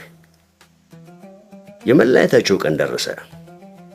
ጀማል በገዛ እጆቹ የሰራላትን ስስ የብር ሐብል አንገቷ ላይ ያሰረላትና ይህንን ስታይ እኔን አስቢ አላት፣ ድምፁ ተቆራርጦ። እሷም አይኖቿ በእንባ ተሞልተው እንዴት ረሳለሁ ጀማል፣ ሸገር እንደደረስኩ ነው የምደውልልህ። ቃሏ እውነት ነበር። ልቧ ግን የሆነ ስጋት ይቋጥር ይመስላል። ልትሄድ ስትል ፊቷ ላይ የነበረው የደስታና የሐዘን ቅይጥ ስሜት ለጀማል ያልተፈታ እንቆቅልሽ ሆኖ ቀረ። መጀመሪያ ላይ ቃል በገባችው መሰረት በየቀኑ ትደውል ነበር። ድምጿ እንደ ማር ልቡን ያለሰልሰው ነበር። ቀስ በቀስ ግን ጥሪው የሳሳ ከበፊቱ የደስታ ስሜት ይልቅ በድምጿ ውስጥ ጥንቃቄና ስጋት መስማትን ጀመረ። ሰላምዬ ምን ነው ድምፅሽ እንደ በፊቱ አይደለም ሲላት ደህና ነኝ ጀማል፣ ትንሽ ስራ በዝቶብኝ ነው ትለዋለች። መልሷ ግን አያሳምነውም ነበር። የሆነ ችግር እንዳለ ልቡ ይነግረው ነበር። አንድ ቀን ከብዙ ሙከራ በኋላ ስልኩን ስታነሳ ከበስተጀርባዋ የቤተሰብ ጫጫታ ይሰማ ነበር። ጀማል አሁን ማውራት አልችልም፣ በኋላ እደውልልሃለሁ ብላ በፍጥነት ስልኩን ዘጋችው። በኋላ የተባለችው ሰዓት ግን መቼም ተመልሳ አልመጣችም። ጀማል ተሰቃየ። ምን ተፈጥሮ ይሆን? ቤተሰቦቿ ከለከሏት ወይስ እሷ ራሷ ሐሳቧን ቀየረች? የሐረር ሰማይ ምድር ከምድሩ ሰማይ የራቀበትን ያህል የሸገረና የሐረር ርቀት ተሰማው። የውስጥ ሮሮ ሊያስተኛው አልቻለም። ጠበቡ ከእጁ ሸሸ። ብር ማቅለጥ ሳይሆን ልቡ ራሱ ሲቀልጥ ተሰማው። ሰላም ከሌለች የሐረር ፀሐይ የጀጎል መንገድ ትርጉም አልባ ሆነበት። በመጨረሻም አንድ ውሳኔ ላይ ደረሰ። መጠበቁ አበቃ። ዝምታዋን ሊሰብር እንቆቅልሿን ሊፈታ የወሰደችውን ልቡን ሊያስመልስ ወይም ደግሞ ከሷ ጋር ሊተወው ወደ ሸገር አዲስ አበባ መሄድ እንዳለበት ወሰነ። የመጓጓዣ ምርጫው አንድ ብቻ ነበር። ሸከተፍ ሸከተፍ ሸከተፍ። ከአያት ቅድመ አያቶቹ ሲወርድ ሲዋረድ የሰማው የፍቅረኛሞችን ናፍቆት የነጋዴዎችን ተስፋ አዝሎ የሚከንፈው ባቡር ወደ ሸመንደፈር ሄደ። ጀማል ወደ የድሬዳዋ ባቡር ጣቢያ ሲደርስ ልቡ በኃይል ይመታ ነበር። ይህ ባቡር ለእርሱ ተራ መጓጓዣ አልነበረም። እሱ የልቡን ጉዳይ ይዞ የሚጓዝበት ተስፋውን የሰነቀበት መርከቡ ነበር። ባቡር ውስጥ ሲገባ የተለያዩ አይነት ሰዎች ተመለከተ። ነጋዴዎች፣ ተማሪዎች፣ ቤተሰብ ጠያቂዎች፣ ሽማግሌዎችና ሕፃናት። ኢትዮጵያ በትንሹ ተሰብስባ የምትጓዝ ይመስላል። ጀማል በመስኮት በኩል ተቀምጦ ባቡሩ መንቀሳቀስ ሲጀምር የብረቱ ጩኸት ሳይሆን የልቡን የናፍቆቱን ጩኸት ነበር የሰማው። የባቡሩ እንቅስቃሴ ዝግ ያለ ቢሆንም የጀማል አይምሮ ግን በሐሳብ ይጋልብ ነበር። ሰላምን ሲያገኛት ምን ያታል? እሷስ ምን ትለዋለች? ለምን ብሎ ይጠይቃታል? ወይስ ናፈቅሽን ብቻ? የባቡሩ ሐዲድ እንደ ሕይወት መስመር የሀገሪቱን ደረቅ መሬቶችና ለም ተራሮች እየቆራረጠ ሲጓዝ ጀማልም የራሱን ሕይወት ሐዲድ እያሰበ ነበር። ሐዲዱ ከሐረር ተነስቶ ሸገር አዲስ አበባ እንደሚያደርሰው ሁሉ የእሱ የፍቅር መንገድ መጨረሻው ሰላም ጋር ይሆን? ወይስ መንገዱ መቋጫ የሌለው ተስፋ ቢስ ጉዞ ሆኖ ይቀራል? እያንዳንዱ የባቡሩ መንኳኳት ይህንን የውስጡን ጸሎት የሚያስተገባ ይመስለው ነበር። በሌላኛው የሀገሪቱ ጫፍ በአዲስ አበባ ሸገር ሰላም የጀማልን ዝምታ ሳይሆን የገዛ ልቧን ጩኸት ነበር የምታዳምጠው። ችግሩ የጀማል ሳይሆን የእሷ ነበር። ወደ ቤተሰቦቿ ስትመለስ በደስታ ነበር የተቀበሏት። ነገር ግን ስለ ሐረር ቆይቷና ስለ አዲሱ ጓደኛዋ ማውራት ስትጀምር የቤተሰብ በተለይም ደግሞ የእናቷ ወንድም የአቶ ካሳውን ፊት ተለዋወጠ። አቶ ካሳውን ጥልቅ የኦርቶዶክስ እምነት ተከታይና የቤተሰቡ አምድ ነበሩ። የሐረር ልጅ አሉ አቶ ካሳውን። ሰላም ባወንታ ራሷን ነቀነቀች። ስሙስ ማን ነው አሉ። ሰላም በፍርሃት ውስጥ ሆና ጀማል አለች። ካሳውን በጥርጣሬ ዓይን እያዩት እስላም ነው ማለት ነው? አዎ አጎቴ፣ ግን በጣም ጥሩ ሰው ነው። እንዴ ጥሩነትና ሃይማኖት ይለያያሉ ልጄ። አንቺ የራጉኤል ልጅ ነሽ። የአባቶችሽን እምነት አክብረሽ ነው ያደግሽው። እንዲህ አይነት ግንኙነት ፍጻሜ የለው። ይህ ቃል እንደ እሳት ልቧን አቃጠለው። እናቷም ልጄ አጎትሽ ልክ ነው። ሰዎችስ ምን ይሉናል? የኛንና የእነሱን ባህል እንዴት ታስተካክያለሽ? እያሉ በስጋት ይመክሯት ጀመር። ሰላም ግራ ገባት። ጀማልን ትወደዋለች። በሐረር ያየችው መቻቻልና ፍቅር እውነት ነበር። ተዋዶ ያለበት እስላም ክርስቲያኑ የሚለው ሐቅ በጀማል ማንነት ውስጥ አይተዋለች። ነገር ግን የቤተሰቧን ጫና፣ የሰዎችን ምን ይሉናል ፍራቻ መቋቋም አቃታት። ለጀማል ምን ብላ እንደምትነግረው ግራ ገባት። ዝምታን መረጠች። ዝምታዋ ግን ከቀን ወደ ቀን እንደ ከባድ ድንጋይ ደረቷ ላይ እየተጫናት መጣ። አንገቷ ላይ ያለውን ሐብል እየደባበሰች ጀማል ምን ላድርግ? አንቺም በሃይማኖትሽ እኔም በሃይማኖቴ መኖር እንችላለን ብለኸኝ ነበር። እኔም አምኜ ነበር። ግን እዚህ ያለው እውነታ የተለየ ሆነብኝ ብላ በለሆሳስ አነባች። ጀማል ይህንን ምንም አያውቅም። እሱ የሚያውቀው የሰላምን ዝምታና የራሱን ስቃይ ብቻ ነበር። በእምነቱ ፍቅር ኃጢአት እንዳልሆነ ያውቃል። ፈጣሪ የሰው ልጅ የፈጠረው በፍቅር ነው። አንቺም በመውደዴ አይቆጣም ጌታ የሚለው ሐሳብ ብርታት ሰጠው። ውብ አድርጎ የሰራትን የሰማይ ፈጣሪ ያመሰገነ፣ ግን ደግሞ ለምን እንዲህ ልቧ እንደሚከብድ ግራ የተጋባ ጉዞውን ቀጠለ። ይህ ሐሳብ ሲመጣበት ግን ራሱን ገሰጸ። አይ እሷ አላህን ትፈራለች፣ እሷ ፈጣሪዋን ትወዳለች፣ ችግሩ ከዛ ያለቀ መሆን አለበት ብሎ አሰበ። ከረጅምና አድካሚ ጉዞ በኋላ ጀማል አዲስ አበባ ሸገር ልብ ወዳለበት ከተማ ደረሰ። ታክሲ ይዞ ወደ ራጉኤል ቤተክርስቲያን አካባቢ አመራ። ቤተክርስቲያኑ አጠገብ ሲደርስ ከታክሲ ወረደ። አካባቢው በሰዎች ተሞልቷል። በአጥር የተለየው የአንዋር መስጊድን ተመለከተው። ይህንን ሲያይ ጀማል ልቡ በብርታት ተሞላ። ይህ ምልክት ነበር፣ ፈጣሪ ከሱ ጋር እንደሆነ የሚያሳይ ምልክት። አይኖቹ በሕዝብ መሃል ሰላምን መፈለግ ጀመሩ። እያንዳንዱ ሴት ሲመለከት እሷ ናት እያለ ልቡ ይዘላል። እናም አያት። ከራጉኤል ቤተክርስቲያን መውጫ ላይ ከእናቷና ከአጎቷ ከአቶ ካሳዋን ጋር ቆማለች። ያቺ የምታበራ ፈገግቷ ጠፍታለች። አይኖቿ መሬት መሬት ያሉ። ጀማልን እንዳየችው ሰውነቷ በድንጋጤ ተወጠረ። አይኖቿ እንባ ቀረሩ። አንገቷ ላይ ያለው የብር ሐብል በፀሐይ ብርሃን አንጸባረቀ። ጀማል ቀስ ብሎ ወደ እነሱ ተጠጋ። አቶ ካሳውን በጥርጣሬ አዩት። ማን ነው ይሄ የሚል ጥያቄ ፊታቸው ላይ ይነበባል። ሰላም በድንጋጤ ጀማል አለች። ጀማል ሌላውን ሰው ሁሉ ረሳ። አይኖቹ እሷ ላይ ብቻ ተተከሉ። ሰላም አላት በናፍቆትና በስቃይ በተቀላቀለበት ድምፅ።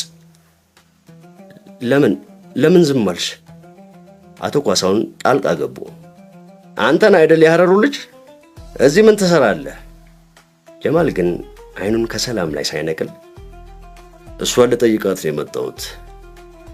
ልቤን ይዛው መጣ፣ መልስ ሳትሰጠኝ ቀረች። ከዛም ወደ ሰላም ዞሮ በልብ ውስጥ ሲብሰለሰል የነበረውን የመጨረሻ ጥያቄ ጠየቃት። ድምፁ ጽኑና በፍቅር የተሞላ ነበር። ሰላም፣ እኔ እምነቴን አከብራለሁ፣ ያንቺንም እምነት አከብራለሁ። ፍቅራችን ከሃይማኖታችን በላይ ሳይሆን በሁለቱም እምነቶች የተባረከ እንደሆነ አምናለሁ። የአቶ ካሳውን ፊት በንዴት ተኮማትሯል። የሰላም እናትም በጭንቀት ልጃቸውን ያያሉ። ሰላም አይኖቿን ጨፈነች። የሐረር ትዝታዎቿ፣ የጀማል ደግነት፣ በመካከላቸው የነበረው ንጹህ ፍቅር ሁሉም በአይነ ህሊናዋ መጥ። እዛም አይኖቿን ገለጠች። ፍርሃቷ ጠፍቷል። በምትኩ ለወራት ስትፈልገው የነበረው ጥንካሬ ፊቷ ላይ ይነበባል። ወደ አጎቷ ዞራ አጎቴ ይቅርታ፣ አዝናለሁ። ይህ ሰው ልቤን ወሰደው ብቻ ሳይሆን እውነተኛ የኢትዮጵያዊነትን ትርጉም ያስተማረኝም ነው። ፈጣሪ ፍቅርን ሲፈጥር ሙስሊም ወይም ደግሞ ክርስቲያን ብሎ አለየም። ከዛም ወደ ጀማል ዞራ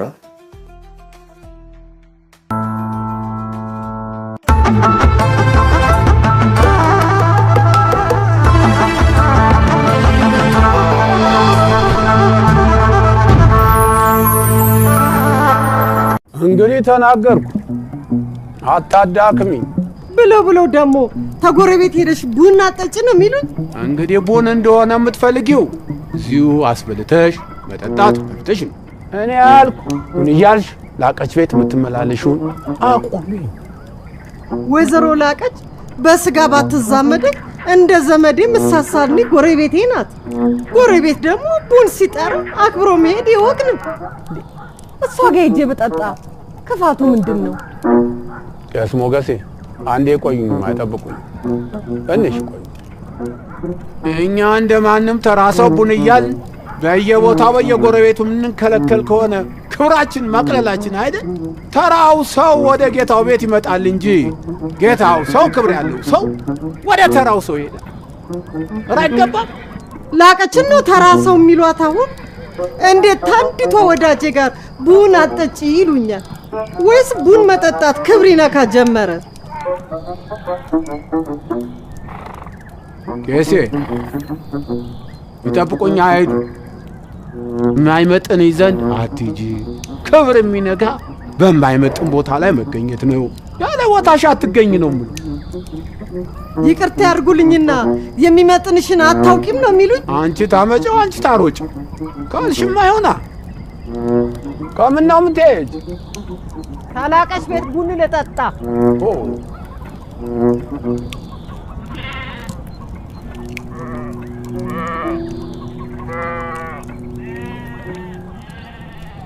ይቅር ይበሉኝ ቄሴ። ምን ነው ፈለጉኝ? ይቀመጡ እስቲ። አይኔ ሞጭሙጫል ጌታዬ። ምን አሉ ቄስ ሞገሴ? አይኔ ሞጭሙጫል ያረጀው ነው መሰል። ሰብለ ንባቡን ከፈጸመች በኋላ ጽፈት ዛሬ ላስተምራት አስቤ ነበረ። ዳሩ ግን ገና ብራናውን አርምሜ ጽፈት ከመጀመሪያ አስቀድሞ አይኔን ያዘኝ። እርሱ ያስተምሯታል እንጂ አምጽፈው ራሱ ሰብለ ምን ነው ባይኖ መሞጭሞጭ የሚያመካኙት?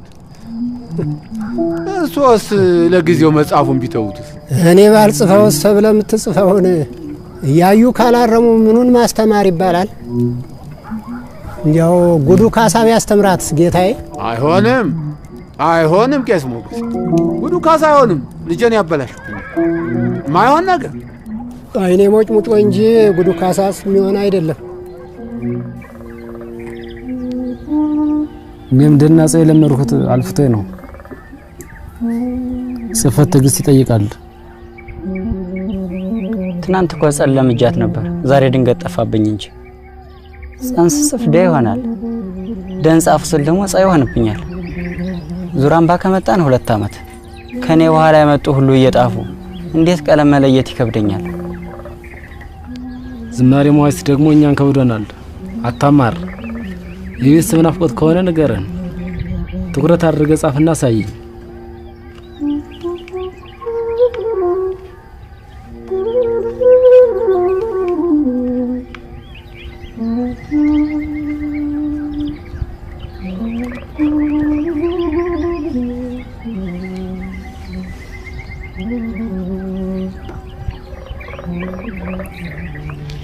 ጽኖ ደነ ይጻፍከው?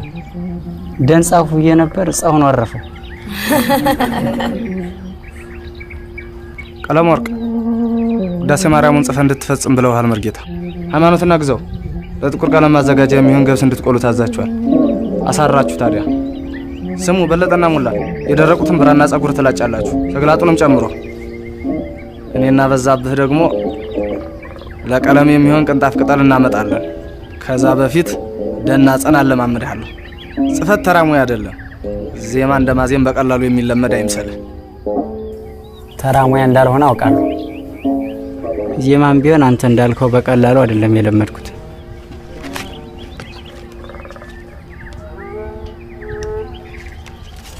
አሁን ደና ጸና ለማመድሃለሁ። እንዲህ የታበይህ ደግሞ እንድታስተምረኝ አልሻም። ቆይ ደግሞ ብራናውን እንዲህ በቀለም እንደደለስከው ለኔታ ነው የምነግርብህ።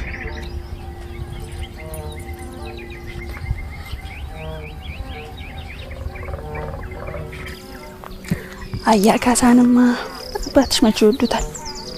እሱማ ምን አባቤ ብቻ ሜሲ ግዛቱ መሽቶ ወደው። እኔ ግን እንደው የሚናገረው ነገር ባይገባኝ ቁም ነገር ያለው ስለሚመስለኝ እወደዋለሁ።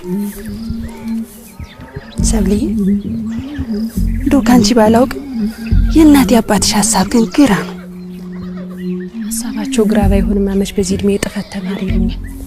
እንደው እንዳልቀድስ አላብስ አለም ካኑኝ ሊቃል ሆነ ሊቅነት ለወንድ ብቻ ማን አደረገ? እኛ ሴቶችስ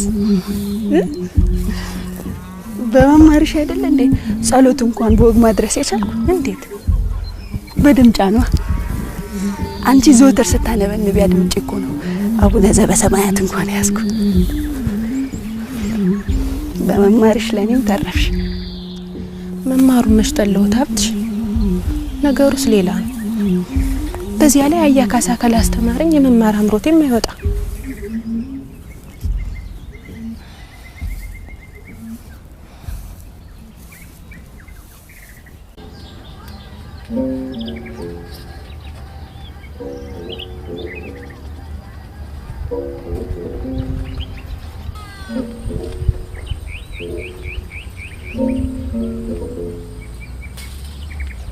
ይቅርታ አድርግልኝ በዛብህ። ቅድም እንደዛ ልናገር አይገባም ነበር።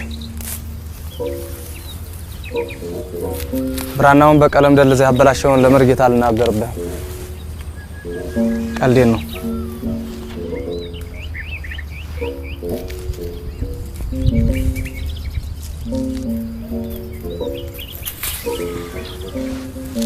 ዝናብ እየመጣ ነው መሰለኝ።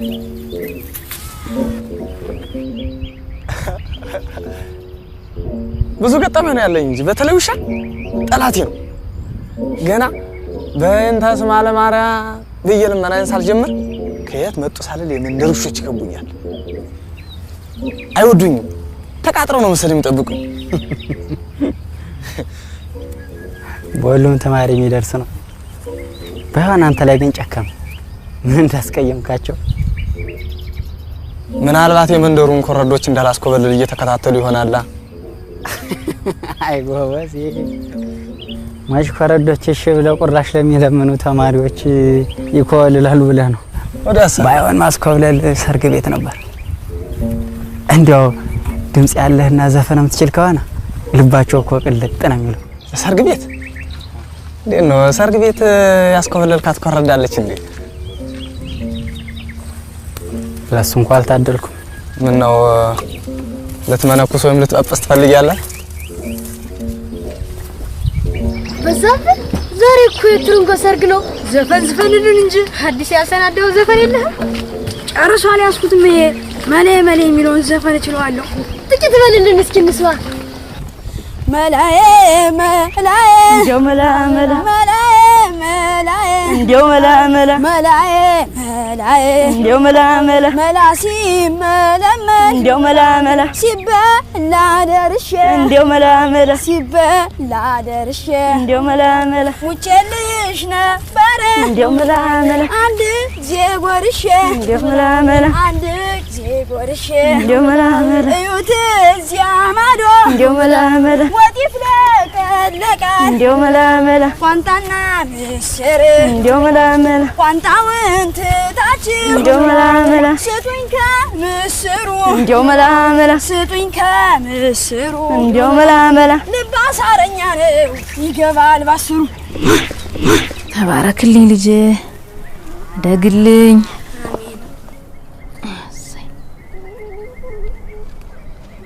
ተባረክ ልጄ፣ ፈጣሪ ያሳድግህ። አሜን።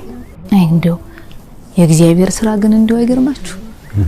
አሁን በዛብህ እንደው አድጎ ለዚህ ሁሉ ወግ ማድረግ ሲያበቃ ተመስገን ነው። ዘርፍነሽ ዘርፍነሽ ነይ ምሳ አቅርቢ። እኔ ከትርንጎ ሰርግ ስለሚሄድ ምሳዬን ከዚያው ነው የምበላ። በዛብህ ከሰርጉ ብትሄድም ከቤትህ መጀመሪያ ምሳ መብላት አለብህ። ደግሞ ሰው ተሰበሰበበት መሃል በልኩ ነው የሚበላ። እሺ እሺማ። እናንተ ሳትሄዱ አልተጠራችሁም ኖራል? አይ ልጅ ተወኝ እስቲ። የሴቶች ምላሳቸው ብዙ ነው። ያው አንተ አድገህ በተስኪያን አገልጋይ ሆንክ፣ ለአባቶችን በርኖስ አለበስክ፣ ያው አሞሌ ጨውን ታመጣለህ። ቅናታቸው በዛ። ተወኝ እስኪ ልጅ፣ ቢያወሩት ሆድ ባዶ ይቀራል። ትርንጎ እንዴት ያለች ውብ ሴት ናት! እንደ ስሟ ያወጣላት ትርንጎ። እሷን ያገባ የታደለ። እናትሽ ባለችኝና እሰርጉ አብረን ብንሄድ ደስ ባለኝ። ተወኝ እስኪ ቦጋለ። ነይ በሉ አሁን ምሳችሁን ብሉ። አርጊው ወጡን አምጡ።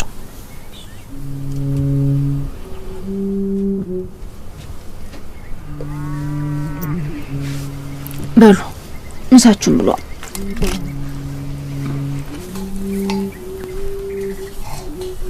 ብሉ።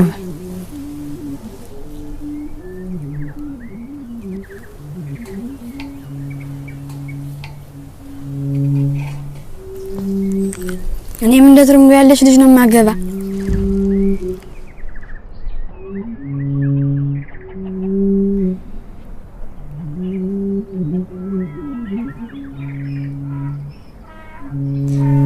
እንደ እናቴ ሙያ ያላት ስነ ስርዓት ያላት ነው ማገባ። በዛብህ በልብላ ጨዋታው ይደርሳል። ዛሬ በመሌ ጀምርና በወማ አበበ ይለጥቃለሁ ከሰርጉ። በዛብህ ማይናገረው ነው ብለ ምግብ እየበሉ ጨዋታና ወሬ ተው ብለህ አልሰማኝ አልካል። እሺማ ይቅርበኝ። በዛብህ እስቲ ወማ አበባዬን ዝፈንልን። የወማ አበባዬ የሆመ የወማ አበባዬ የሆመ የሆማ አበባዬ ሆም ጽጌ አይነካካሽም ባለጌ የሆማ አበባዬ የሆመ የሆማ አበባዬ የሆመ የሆማ አበባዬ ሆሚቱ ያላንቺ አይነጋም ሌሊቱ የሆማ አበባዬ የሆመ የሆማ አበባዬ የሆመ የሆማ አበባዬ ሆመኛ ወደስበናል ለፈረሰኛ የሆማ አበባዬ የሆመ የሆማ አበባዬ የሆመ የሆማ አበባዬ ሆምለኛ አይነካካሽ በረኛ የሆማ አበባዬ የሆመ የሆማ አበባዬ የሆመ የሆማ አበባዬ ሆሚቱ አረገረገች ልጅቱ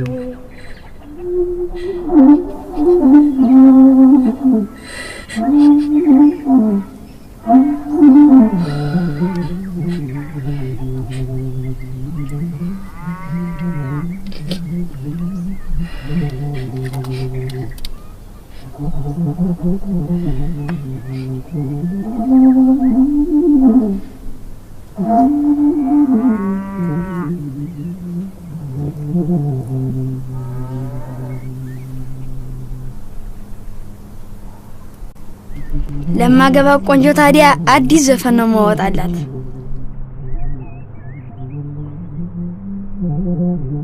ሆነሽ ነውማ ልጄ በዛብህ አሁን ብነግርህ መች ይገባሃል ብለህ እንግዲህ ለማልቀስ ምክንያት አገኘሽ። ትነግሪው እንደሆነ ንገሪው። እስከመቼ ነው የምናድበሰብሰው? ወጋለ ተወኝ ብያለሁ። ዘወትር የምታሳመመኝ አንሶ ለማልቀስ ምክንያት አገኘሽ ትለኛለህ። ደሞስ እንዴት አላዝን? ቢከፋኝ ቢመረኝ ቆይ ሌላ ምን መውጫለኝ? በዝቹ በእንባዬ እንጂ እያለቀስኩ መሜን ማስታግስባት ምክንያት አገኘሽ? እንዴት አላለቅስ?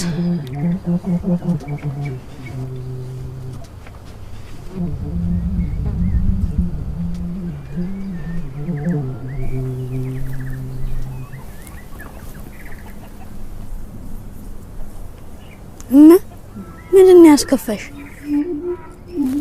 ዘርፍነሽ ነው ይሄን ማዳንሹ።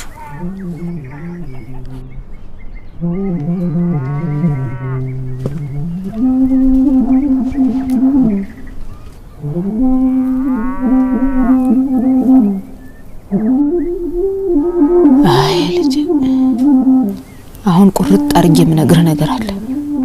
ምንም ምሽት ማግባት እንደማትችል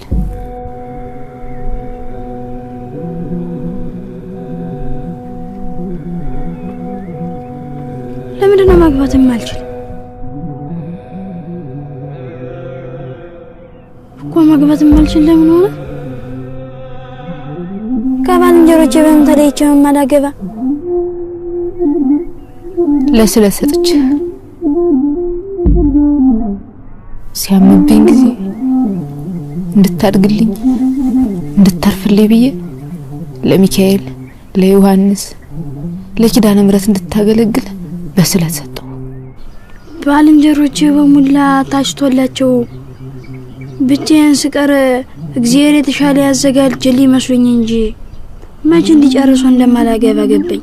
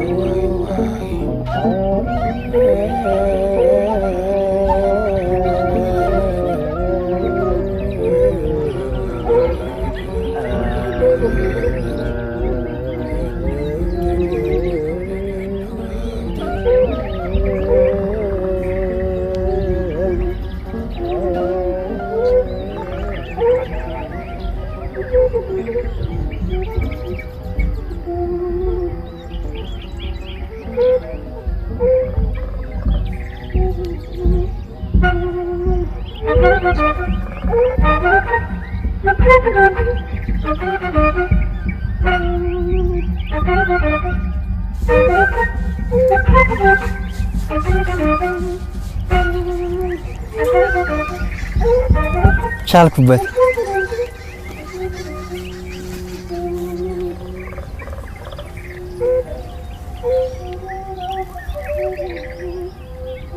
እውነትም ችለህበታል።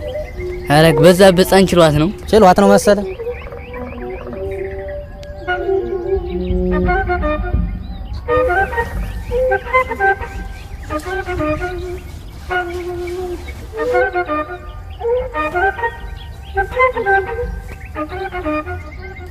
ታዲያ ምን ይሁን? አያ ካሳ እንዲያስተምረኝ ነው የምፈልግ። አያ ካሳ ካላስተማረኝ ጥፈት መማሩ ምን ሊሰራልኝ ነው? እንደ ወንድ አልቀድስ አልቀስስ። አይ ጉድ! አውርደት! ይሄንን ነበር የፈራሁት። ከምን አድገሽ ለማለት በቃሽ? አንቺ ላስተምርሽ ባልኩ እንዴት ትናገሪያለሽ? የእመቤት ልጅ መሆንሽን ዘነጋሽ። አያቶችሽ እትዬ ምንትዋብና እትዬ ሰብለውኝ ግን አባቤ ዘሮች የተማሩ የሴት ልቆች ነበሩ። ግና ሁለቱም ከተዳሩ በኋላ ነው ትምህርታቸውን አጠንክረው የቀጠሉ። አይ ሰብልዬ የኔ ልጅ ተማሪ ምንልሽ አንቺን ላለመዳር መስሎሽ ነው? አሃ ንባብና ውዳሴ ማርያም አስግጃለሁ። መልእክተ ዮሐንስንም አነበንባለሁ። መልካ ጊዮርጊስም አልቀረኝ። ታያ ከዚህ በላይ ምኑን ነው የምማር? እንደ ወንድ አልቀድስ ጉባኤ ቁሜ አላስተምር።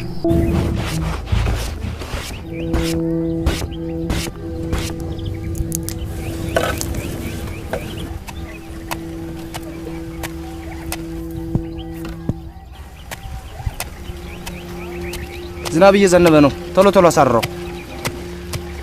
በዛብህ በልጅነቱ ይዘፍን እንደነበረ ታውቃላችሁ? እንግዲያው ዘፍኖ ያሳየና። ኧረ ውሸቱን ነው እሱን የነገረኝ። እንግዲህ አልዘፍንም ካልክ ሌላም የነገርከኝን ሚስጥር አወጣለሁ። የሆም አበባዬ የሆም አበባዬ ሆሚቱ ያላንቺ አይነጋም ሌሊቱ። የሆም አበባዬ ሆሚቱ ያላንቺ አይነጋም ሌሊቱ። የሆም አበባዬ የሆም አበባዬ ሆምድዬ አይነካካሽም ባለዬ። የሆም አበባዬ ሆምድዬ አይነካካሽም ባለዬ። የሆም አበባዬ የሆም አበባዬ ሆም ለኛ አይነካካሽም እረኛ። የሆም አበባዬ ሆም ለኛ አይነካካሽም እረኛ። የሆም አበባዬ የሆም አበባዬ ሆሜቴ ያላንቺ አይደምቅም ጎጆ ቤቴ። የሆም አበባዬ ሆሜቴ ያላንቺ አይደምቅም ጎጆ ቤቴ። የንታ የንታ የንታ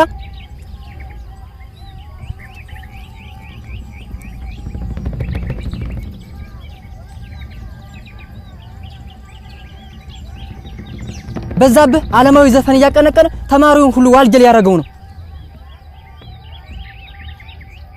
ለመሆኑ የምን ዘፈን ነው ስትዘፍን የነበረ? የሰርግ ዘፈን ነው የንታ። ኮምን ይላል ዘፈኑ? ምን ይላል እኮ ነው የምልህ። የሆም አበባ። ለምን ብለህ ዘፈንህ? በምን ምክንያት? ጸንና ደን አቃጥጬ ስለ ጻፍ ደስ ብሎኝ ነበር።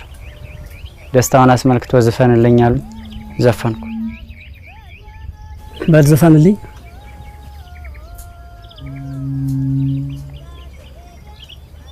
እዚህማ እንዴቱ ነው? ደግ ጥፋትን አምነህበታል ማለት ነው። መስፈን ትክክል ሆኖ ቢሰማህ ሳታፈር ለኔም ትዘፍንልኝ ነበር። እንግዲያውስ ትቀጣለህ። በጉባኤ ቃና አእምሮአዊ ቅጣት ትቀጣለህ።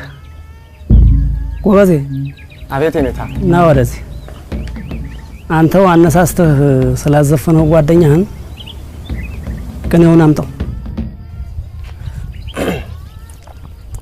በዛብህ ዲያቆን ዘተውህበ በዛብህ ዲያቆን ዘተውህበ በዛብህ ዲያቆን ዘተውህበ ለታቦታቲሁ ብጻተ በዛብህ ዲያቆን ዘተውህበ ለታቦታቲሁ ብጻተ ዝማሬ መዋሲት ወሊቀ አዲጎ ስማሬ ማህሌተ ነው እንጂ የኔታ።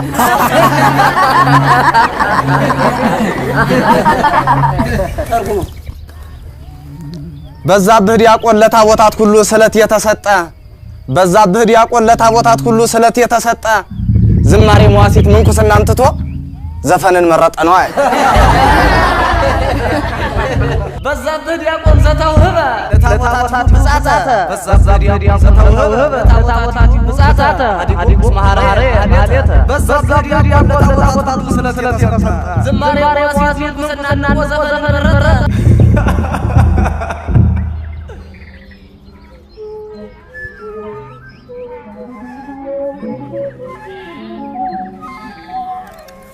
አይዞሽ ሰብልዬ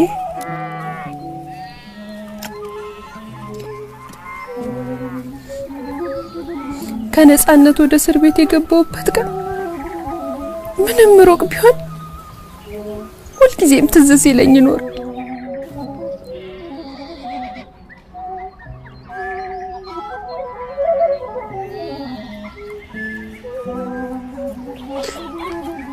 እንዲማ ምርራሽ አትከፊ። እንዴት አልከፋ? የእድሜ ኩዮች የሚያደርጉትን ነገር ማድረግ እያማረኝ ሳላደርግ አድጌ ጓደኞቼ በዱር በገደሉ ሲጫወቱ መጫወት እያማረኝ ቀርቶብኝ እንዴት አልከፋትሽ? ጓደኞቼ በየሰርጉ እንደልባቸው ሲዘፍኑ እኔ መዝፈን እንኳን ሳይፈቀድልኝ ከዚህ በላይ ምንም ያስከፋል?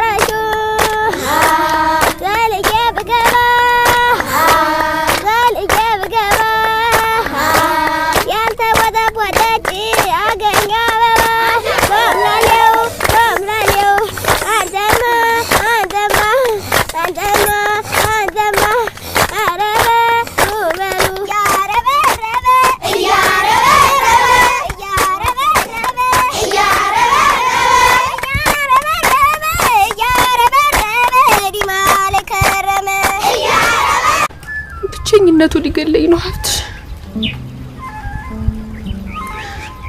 እኔ መማር አይደለም የምፈልግ የሴት ወጉ እንዲደርሰኝ ነው የምፈልግ።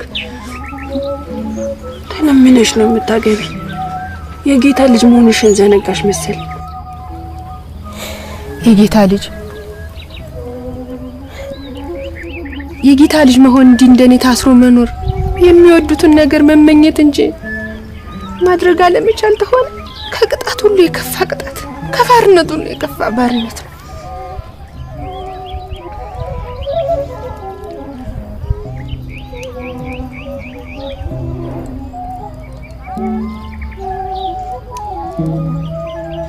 እኔማ ምን ያልደረሰብኝ ቅጣት አለ? ጅማት ቁንጣጡ፣ ኮቸሮ ሰርቶ ማብላቱ፣ ግርፋቱ የቀረልኝ ነገር እኮ የለም። ከሁሉ ግርፋቱ የከፋ ነበር እና አንድ ጊዜ ታዲያ ብርቱ ጥፋት አጥፍቼ መሬት ተባርኮ የተጋረፉት ግርፋት አሁን ድረስ አልዘነገውም። ለመገረፍ ደግሞ መሬት ይባረካል? ሰይጣን አብሮ እንደገርፍ ነው። ቅጣቱ ገጥሞ ያውቅም መሰለኝ። እኔ ካሁን በፊት ተገርፌም አላውቅም። እኔ እንኳን አሁን ቀልብ ገዛው እንጂ ድሮ ጠባይ አልነበረኝም። በዚህ ወዴት ነው የምትሄዱ? ቆይ እስቲ በዚህ ቀዳም ወዴት ነው የምትሄዱ? ለደብረ ወርቅ መሄዴ ነው። ከጎንደር አዲስ የመጽሐፍ መምህር መጣዋል ተብያለሁ። አይ ጓደኛዬ፣ እንደዚህ በድንገት ምን ላይ አይመስለኝም ነበር። የህይወት መንገድ እንደዚህ ነው። ሁሉ ነገሩ ድንገት ነው። ቅድሙንስ ድንገት መስሎኝ የተገናኘን።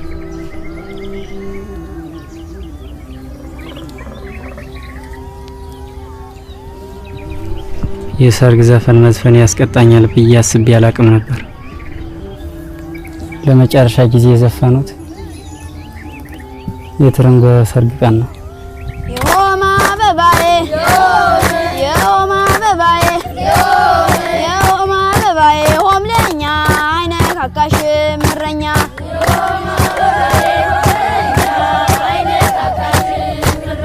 የሆማ አበባዬ የሆማ አበባዬ የሆማ አበባዬ ሆሚቱ ያላንቺ አይነጋም ሌሊቱ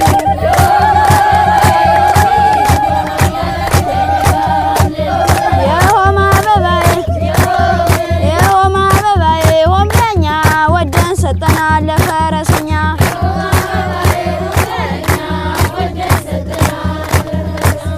የሆማ አበባዬ የሆማ አበባዬ የሆማ አበባዬ ሆሚቱ አረገረገች ልጅቱ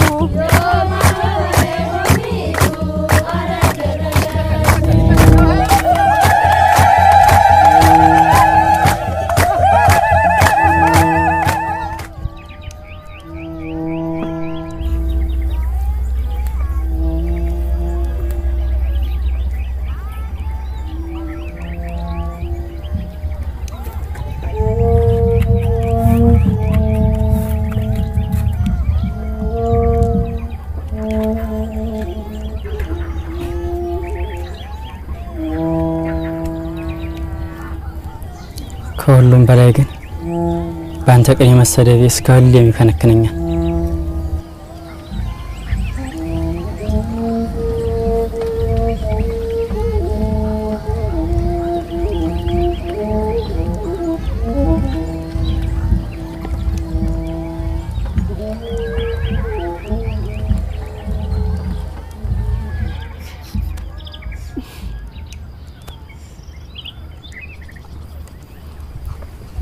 ገብሬማ ሸጋ ነው። ባንዲሩ እየኮራ ተቸገርኩ እንጂ አንቺ ባልደራስ ላይ ስትኮሪ ገብሬ አንቺ ላይ ይኮራል። ህይወት እንዲህ ናት። ምን ይደረግ?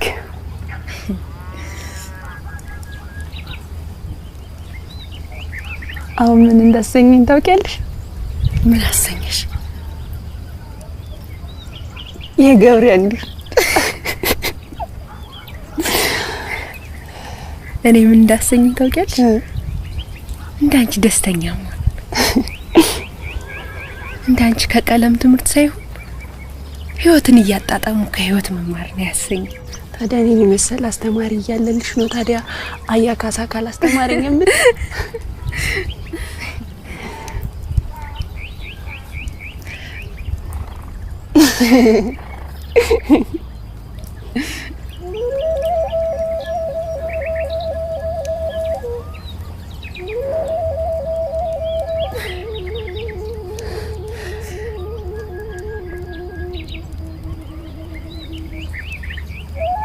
Ha ha ha.